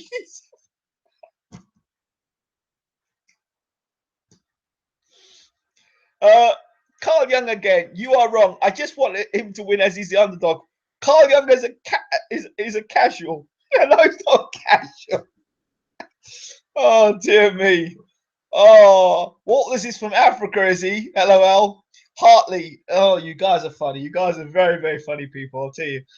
You know, nights like this I enjoy because I'm actually chilling out, relaxing, and we're not getting stuck into casuals. But on Saturday nights, I tell you, I dread it. Like, there's nothing worse than 5:30 or 6 o'clock in the morning, and somebody comes out with statements like, "It's Ward's fault because of the judges." Yeah, because Andre Ward sat down and said, "I want that judge, that judge, that judge," and he was the challenger, not the champion, by the way. And then, uh, and then you know that, or another statement where, "Oh, well, Ward was doing a lot of holding." Well, wasn't it Kovalev that had Ward in a headlock as well? No, but they didn't see that because that didn't happen in fight. But they saw, and they also didn't mention about Dali Perez getting robbed blatantly robbed in the hook in the fight before that with Hooker. Oh, his name was, yeah. So so that sort of stuff, we kind of, I don't know, just garbage crap. Oh, Ward had the referee. Of course he did. It's this sort of garbage that I can't stand listening to, and one of, you know, you want to have. I'm not saying this is University Challenge, and I'm not saying that, you know, boxing is full of intellectuals, because it clearly is not full of intellectuals, and I'm not disrespecting anybody at that point. But at least think about what you say before you say it.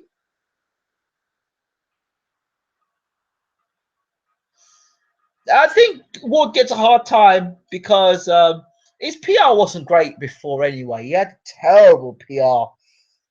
His PR has been terrible, Ward's, and his promotion has been terrible as well. But you see, Ward is a good fight. He's a great fighter, and he's got, you know, his promotion's terrible, absolutely terrible. Ward should be on chat shows. Ward should be on. He should be, you know, he should be seen regular. But he's not one of those guys who's going to pop off your chest. So, you know, um, we need this vibe. We need this type of vibe in your last show. You'll get it and more, my friend. Haha, at least you enjoy it, Ingram. No casuals here, which makes it better. It does. Um, maybe we know yet, but how good is Fury really from a boxer's point of view? He was good enough to defuse Vladimir Klitschko outside the ring and finish his job off inside the ring. You have to understand this whole thing with Tyson Fury. Tyson Fury, the complete package. A lot of people just look at the boxing in the ring. He studied Klitschko and studied Klitschko and studied Klitschko before he fought him. And all the time he kept saying, Klitschko's not going to fight me. Klitschko's not going to fight me. He prepared himself for the eventuality of him fighting Klitschko, because he knew he'd end up being a mandatory challenger, which would force Klitschko to fight him. So when he fought Klitschko, he knew, right, get inside this guy's head, because he's seen Klitschko for his career. Get inside this guy's head, right? Take him apart in press conferences, disrespect him in press conferences, make him share him no respect whatsoever, disrespect him, pay him no heed whatsoever. And then when he came to London and he did that Batman thing, a lot of people said, "Oh, the Batman thing was Tyson off his head. Tyson very intelligent." Disrespected Klitschko and said, "Listen, you're in my land now. I do what the hell I want. If I want to turn up half an hour late to an interview, I'll turn up half an hour late to the interview. If I want to dress like Batman and turn up as Batman and do Riddler and the Joker and all sort of crap, if I want to do that, I'm going to do that. Deal with you, Klitschko, and you will wait.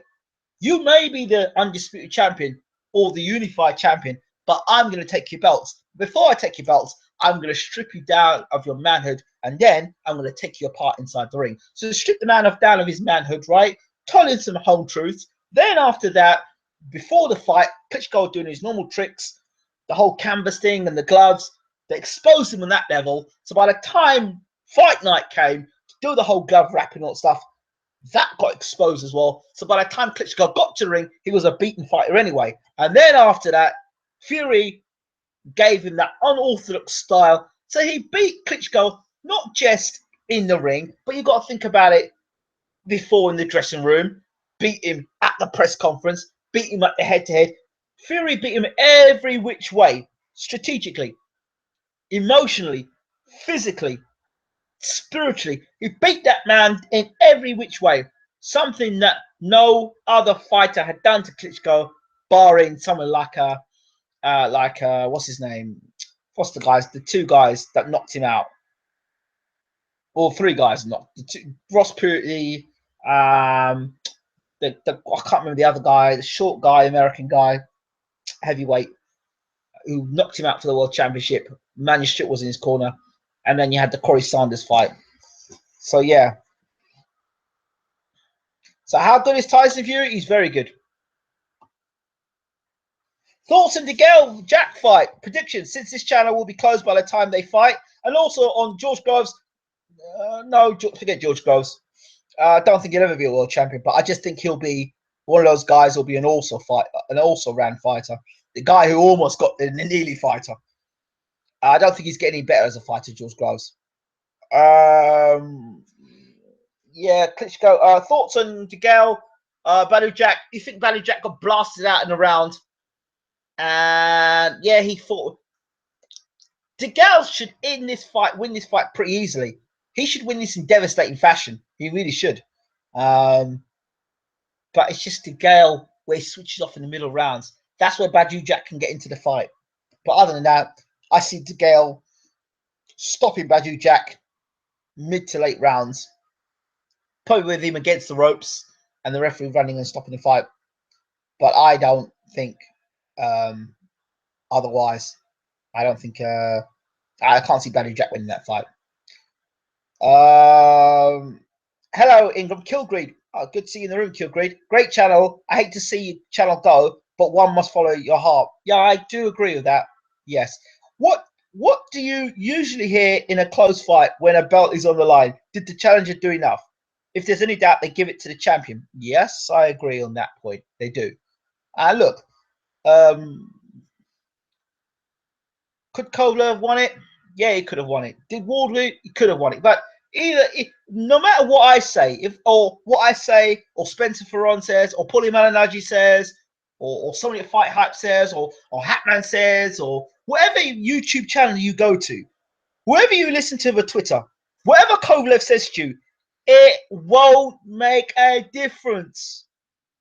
Was the champion. Let's move on.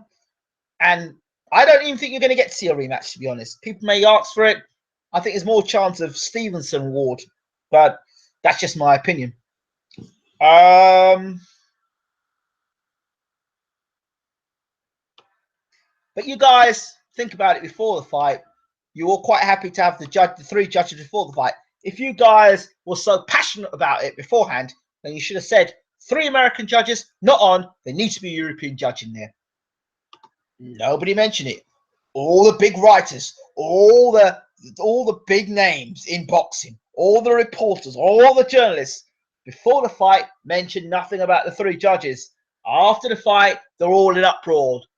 They're full of shit. Every single one of you reporters are full of shite because you should have mentioned something about the judging before the fight. You should have said, not on, 3 judges, American referee, not on, all in Ward's favour, even though he's the challenger, need to fix it.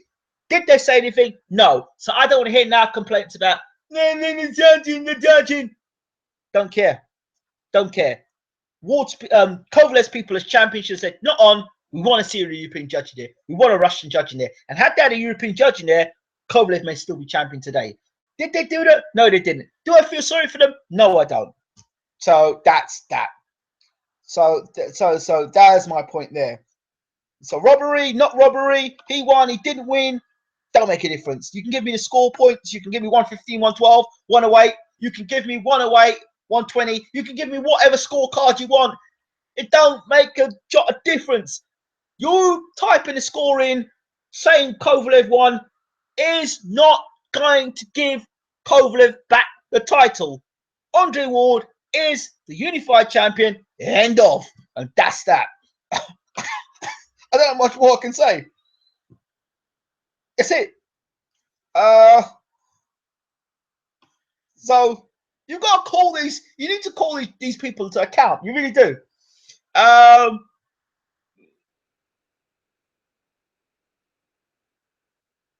Leon Jones, the judges gave it to the American brother. Big deal. Oh. Dildo Swag says, true, true, it is what it is. I want to see Bird to Beef in the mix. Yeah, Bird to Beef, Kovalev. Let them two fight out, and then the winner goes and fights Ward. Leon Jones, he's fighting next month. He is against another no-name Charlie, though. Fat Dan is full of shit. Met Fat Dan. He's ready for the elite. Yeah, I think he is. Joshua fighting bums again. Who you got? Ward versus Stevenson. Ingram. Stevenson's got one hand and can only fight on the back foot. Ward can take that fight. If you can beat Kovalev, if you can beat Kovalev, you can beat Stevenson. Is Ortiz seriously fighting Ortiz? Alan. See if he's fighting or he's not fighting him. Stevenson will KO Ward. Don't think so. Make 15 rounds boxing again, Ingram. I tell you, if we had 15 rounds boxing, a lot of these guys would be off puffing at 12. We'll make 15. I'd love to see 15 rounds again. That's a real test.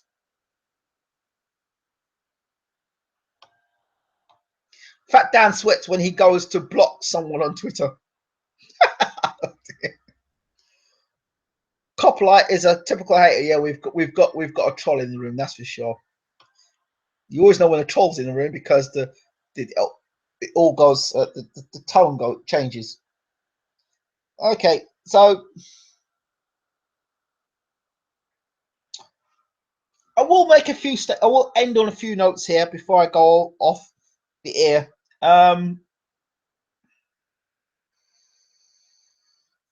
One about trolls. They are the sad thing of boxing today.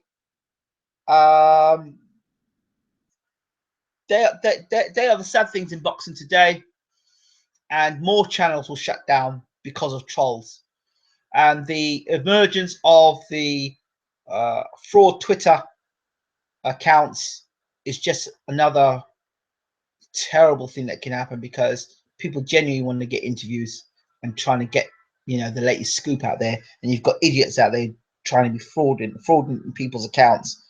It's just not on. And the society we have in today in boxing, and a lot of people out there just aren't just. I'm just glad I'm not part of it anymore. Really, just so glad.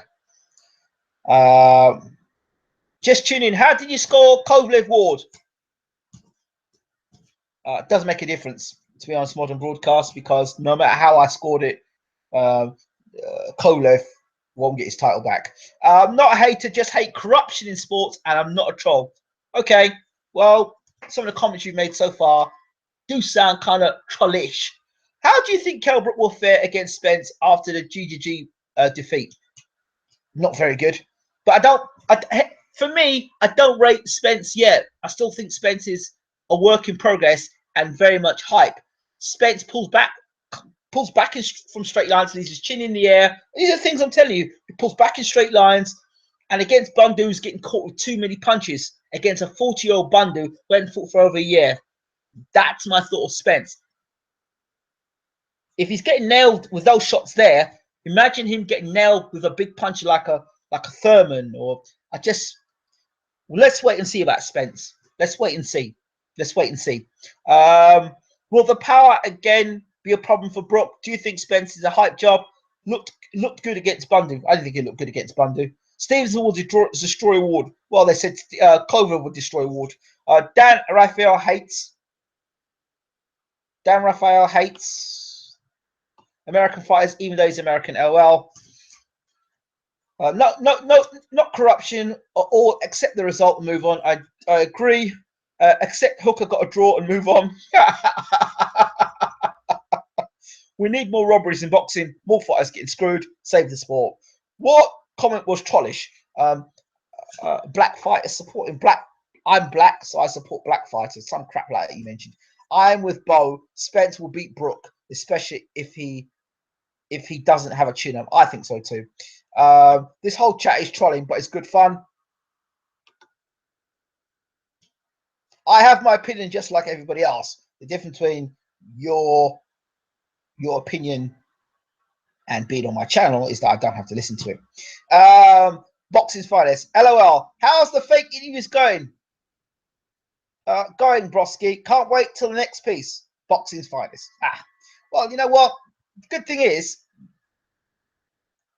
good thing about being on my channel is that I can just push a button like this called block user, and then I don't have to deal with them again. So there you go.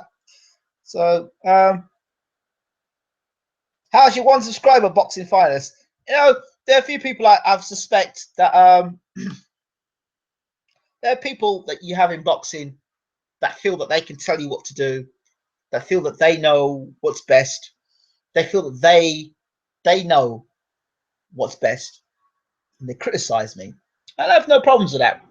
I've got no problems with you criticizing me. But if you're going to criticize me, at least show me what you've done. People say to me, oh, you should have done this interview this way, or you should have done the interview that way, or you could have done it this way. I don't mind when people say to me, well, you know what? Oh dear, we've got somebody who's going to go down a race card. No disrespect, mate. I'm having a really good night tonight, and on this channel we just don't do race. Good night. People criticize and say, all right, if somebody says to me, oh, well, you know, I've listened to some of your interviews and the volume's not great, I'll take that on. I'll say, look, but sometimes it's not me. Sometimes I pick up the phone and do the interview. Once the interview's done, it doesn't come across sound very well afterwards. So then you try and put it through Audacity, and then you try and take the thing down. You still can't get it, but you just hope if you upload it, people can still hear what's being said. So you have that situation that happens. So I can understand that sort of criticism. But don't try and come on my channel. Don't come to my channel. You've got 1 subscriber, 2 subscribers, 10 subscribers, and 10 views, and you come and tell me on my channel how to run my channel. Don't do it. Don't do it. Don't, because I'm looking to you to tell me how I can improve. Right? Don't do it. Forget it. Don't do it.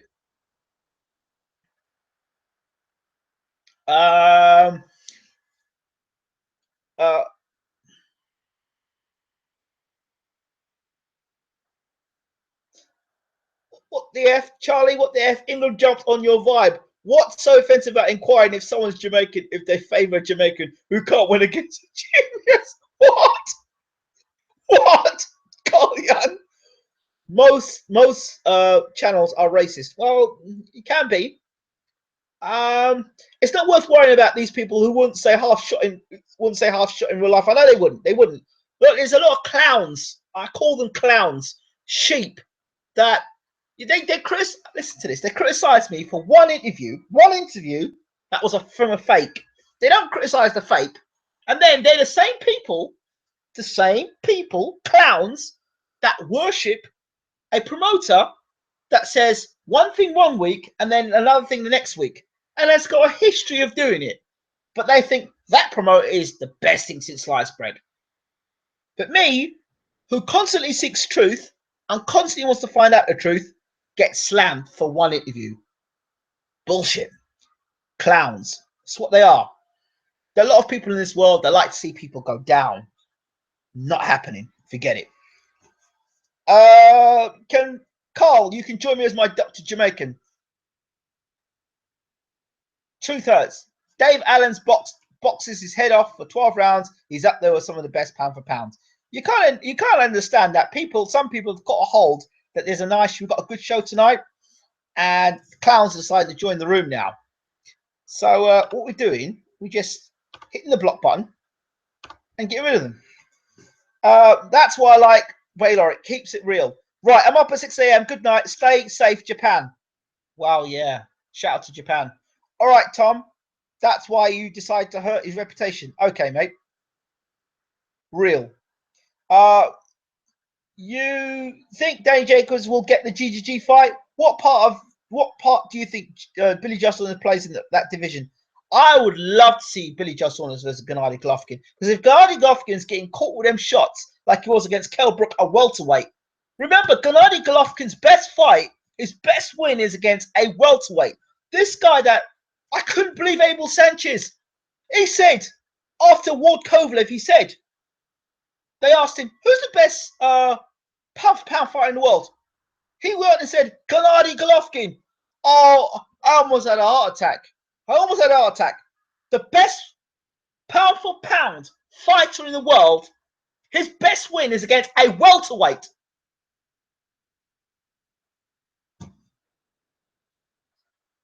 His best.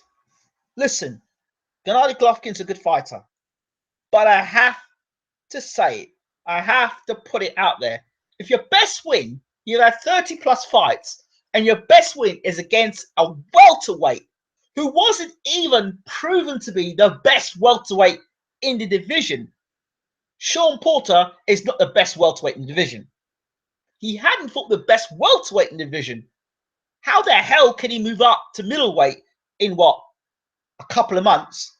Move up to middleweight, and then even then, when he moved it to middleweight, you were having a titanic struggle with Kell Brook. And then people say, well, Billy Joe Saunders, GGG's going to walk right through him. Really? A bona fide middleweight that can move? I don't think so. I think it's a damn good fight. I'd love to see that fight. Baylor, one of the best boxing channels in history on the net, was. Don't know if it is anymore. Thoughts on boxing manager Johan? Not much, really. GGG needs to fight Jacobs, Billy Joe Saunders, etc. Do you know the one thing about this is that for the trolls, do you know what you've done? I'll tell you what you've done. What you've done, trolls, and this is a message to any trolls that are watching, what you've actually done is inspired me to do even better. And do you know what else you've done, trolls? In the future, you're going to be putting some nice money in my back pocket. So thank you. Appreciate it.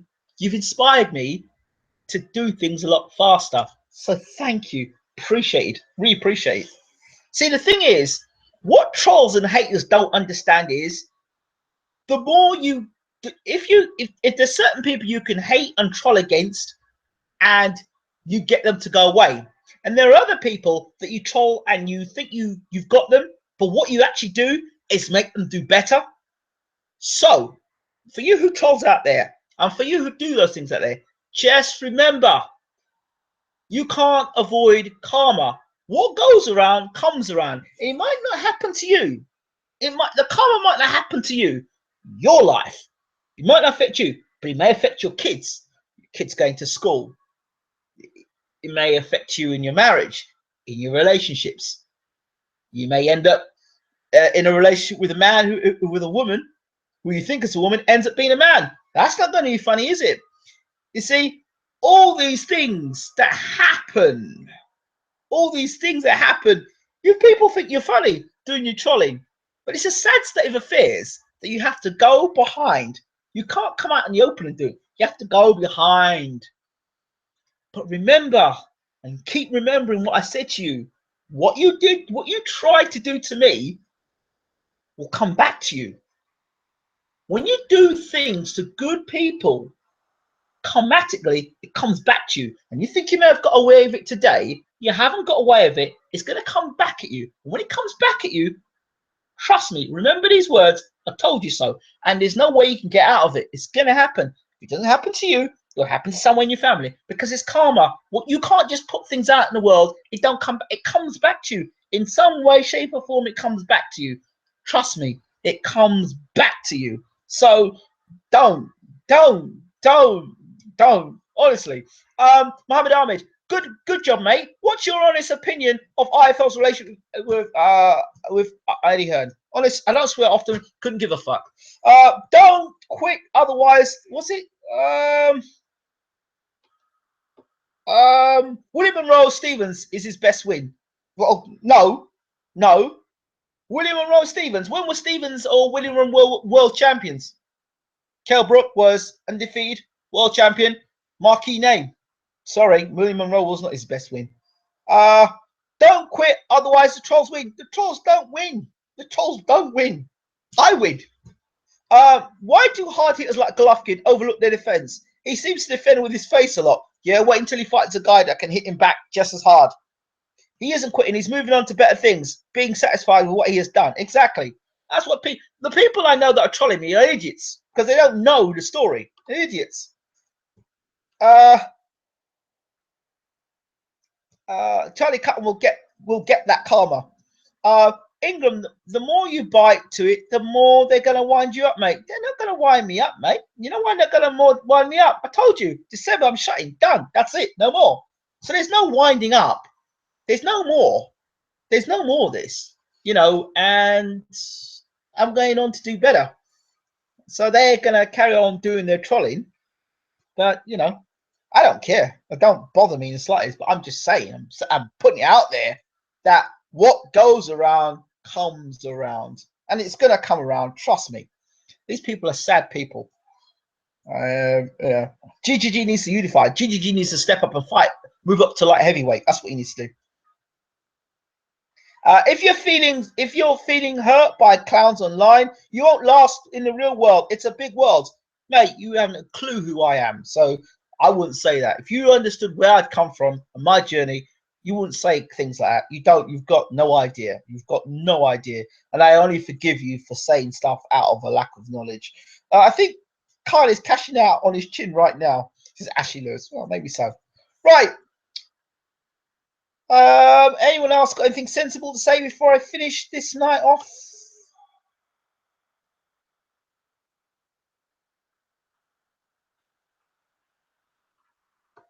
I don't think anyone's got any else decent to say. We've had a good show tonight, an unexpected show, a good show of people. My coach Gary Logan said we shouldn't write Ortiz off because of his last problems, and he's still an avoided heavyweight. Gary Logan's a very smart man. He was on my Twitter page just a minute ago. I was replying to Ingram, Harry Ingram, not digging at you. Oh no, not all. I'm just saying that who'd win between. Right, been a pleasure commenting on your show, mate. Best of luck for the future. Absolutely, thank you very much. And yeah, I'm just trying to keep it real, as I started keeping it real from the start, and I'll continue keeping it real. And my wife always says this, and I will say it to you. You put a dirty glass against a clean glass, people always know what a clean glass is afterwards. Just keep being honest, transparent and honest. Are you leaving YouTube? Absolutely. December the 12th is the date. UK, who's your favourite part apart from Fury? Liam Walsh. I like Liam Walsh. I like Billy Joe Saunders. I like Anthony Yard. I like the way he's going. I like Nurse. I think he's a good fighter. I like that Josh Taylor. Very good. I like the Hugh Fury. I like Con Sheehan. He looks decent. Yeah, so there's a few guys there. Last message for everybody. Treat tomorrow like it's your last. Make sure you leave the world with no regrets. Peace. Thank you, Leon Jones. Fury versus AJ. How's that fight play out? Well, I think that Klitschko is far more technically sound than AJ is. So I'll leave it as that. Keep it reeling and spill the bees on the boxing dirt. Well, don't know if we'll be doing that for the last show, but we'll do what we can. So if I do get any interviews between now and then, trust me, it's because I just can't be bothered. I really can't. I just want the channel to shut. I really do. May do a live show for Walters versus Lomachenko. We do that. Don't wish harm to anyone. Take care, people. Absolutely. That's it. I think Hartley's closing the show off, and I'm going to close the show off myself. This has been Ingram Jones of Bayloric TV. Don't forget to rate and subscribe, leave your comments, and yeah, please check out what you should leave your comments in the comment section. Check out the Check out Bayloric, not Bayloric TV Boxing. Go across the YouTube channel. Check out Bayloric. There's some very good interviews there. If you look for Bayloric there, some old school interviews there. Check them out. Some great interviews there as well. And the stuff I did back in 2000. Quitter, quieter, quitter, quieter. So sad. Quieter, quitter. Is that quitter? Let me help you out with the spelling there, my friend. I'm always willing to help out. It's QUITTER. Do not quit. As Andre Ward once said, we don't quit. We persevere and we push on. This is not a quitting, mate. We don't quit. We do better. We always do better. So, December the 12th. I think it's December the 12th. That's on a Wednesday. That was the date for your diaries. Get that date in your diaries. As soon as I get everything confirmed, we will have our final show on December the 12th. Carl Young, Fury shuts AJ out effortlessly and eats him alive at will. Rhythm beats stiffness all day, especially with the rhythm one has the shot selection like Fury's, in my opinion. I agree with you there. Right. Oh, by the way, let me give you weak mind. Weak mind? Friend, you don't battle chronic fatigue for 7 years and overcome it with a weak mind. You, my friend, haven't a clue. Okay, let me just leave this for you guys to check out. This is the original YouTube channel. Oh, by the way, and just for the record, if you didn't know, I was the first ever boxing channel on Google Plus. The first. Number one, numero uno, me, was called the Boxing Hangout. Don't believe me? Check it out. Go and upload the Boxing Hangout. Look at the dates on it. That's the channel you guys need to go and check out. That's my original YouTube channel. Check it out, sub to it, and have a look at the. Even if you don't like the other stuff, check out the boxing on it. Briggs through Brown. I'm going with Briggs by KO inside 3. Because I just don't think that. I don't think you should wrap this channel up, Ingram. Yeah, Ingram, you're one of the first boxing YouTubers. Yeah, I know, but I think that I want to go out on the top on my terms. I've got other things planned up. And if you think this was good, then I think the future is definitely one to look forward to.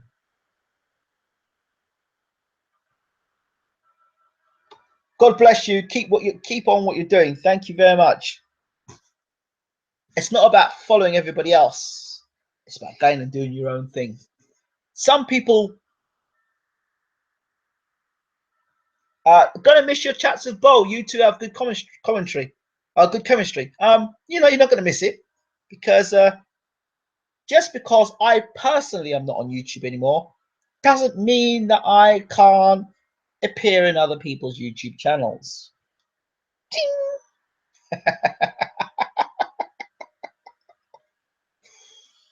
Yeah, I might have to.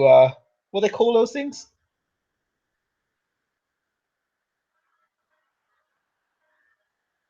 Yeah, I heard you're going into acting.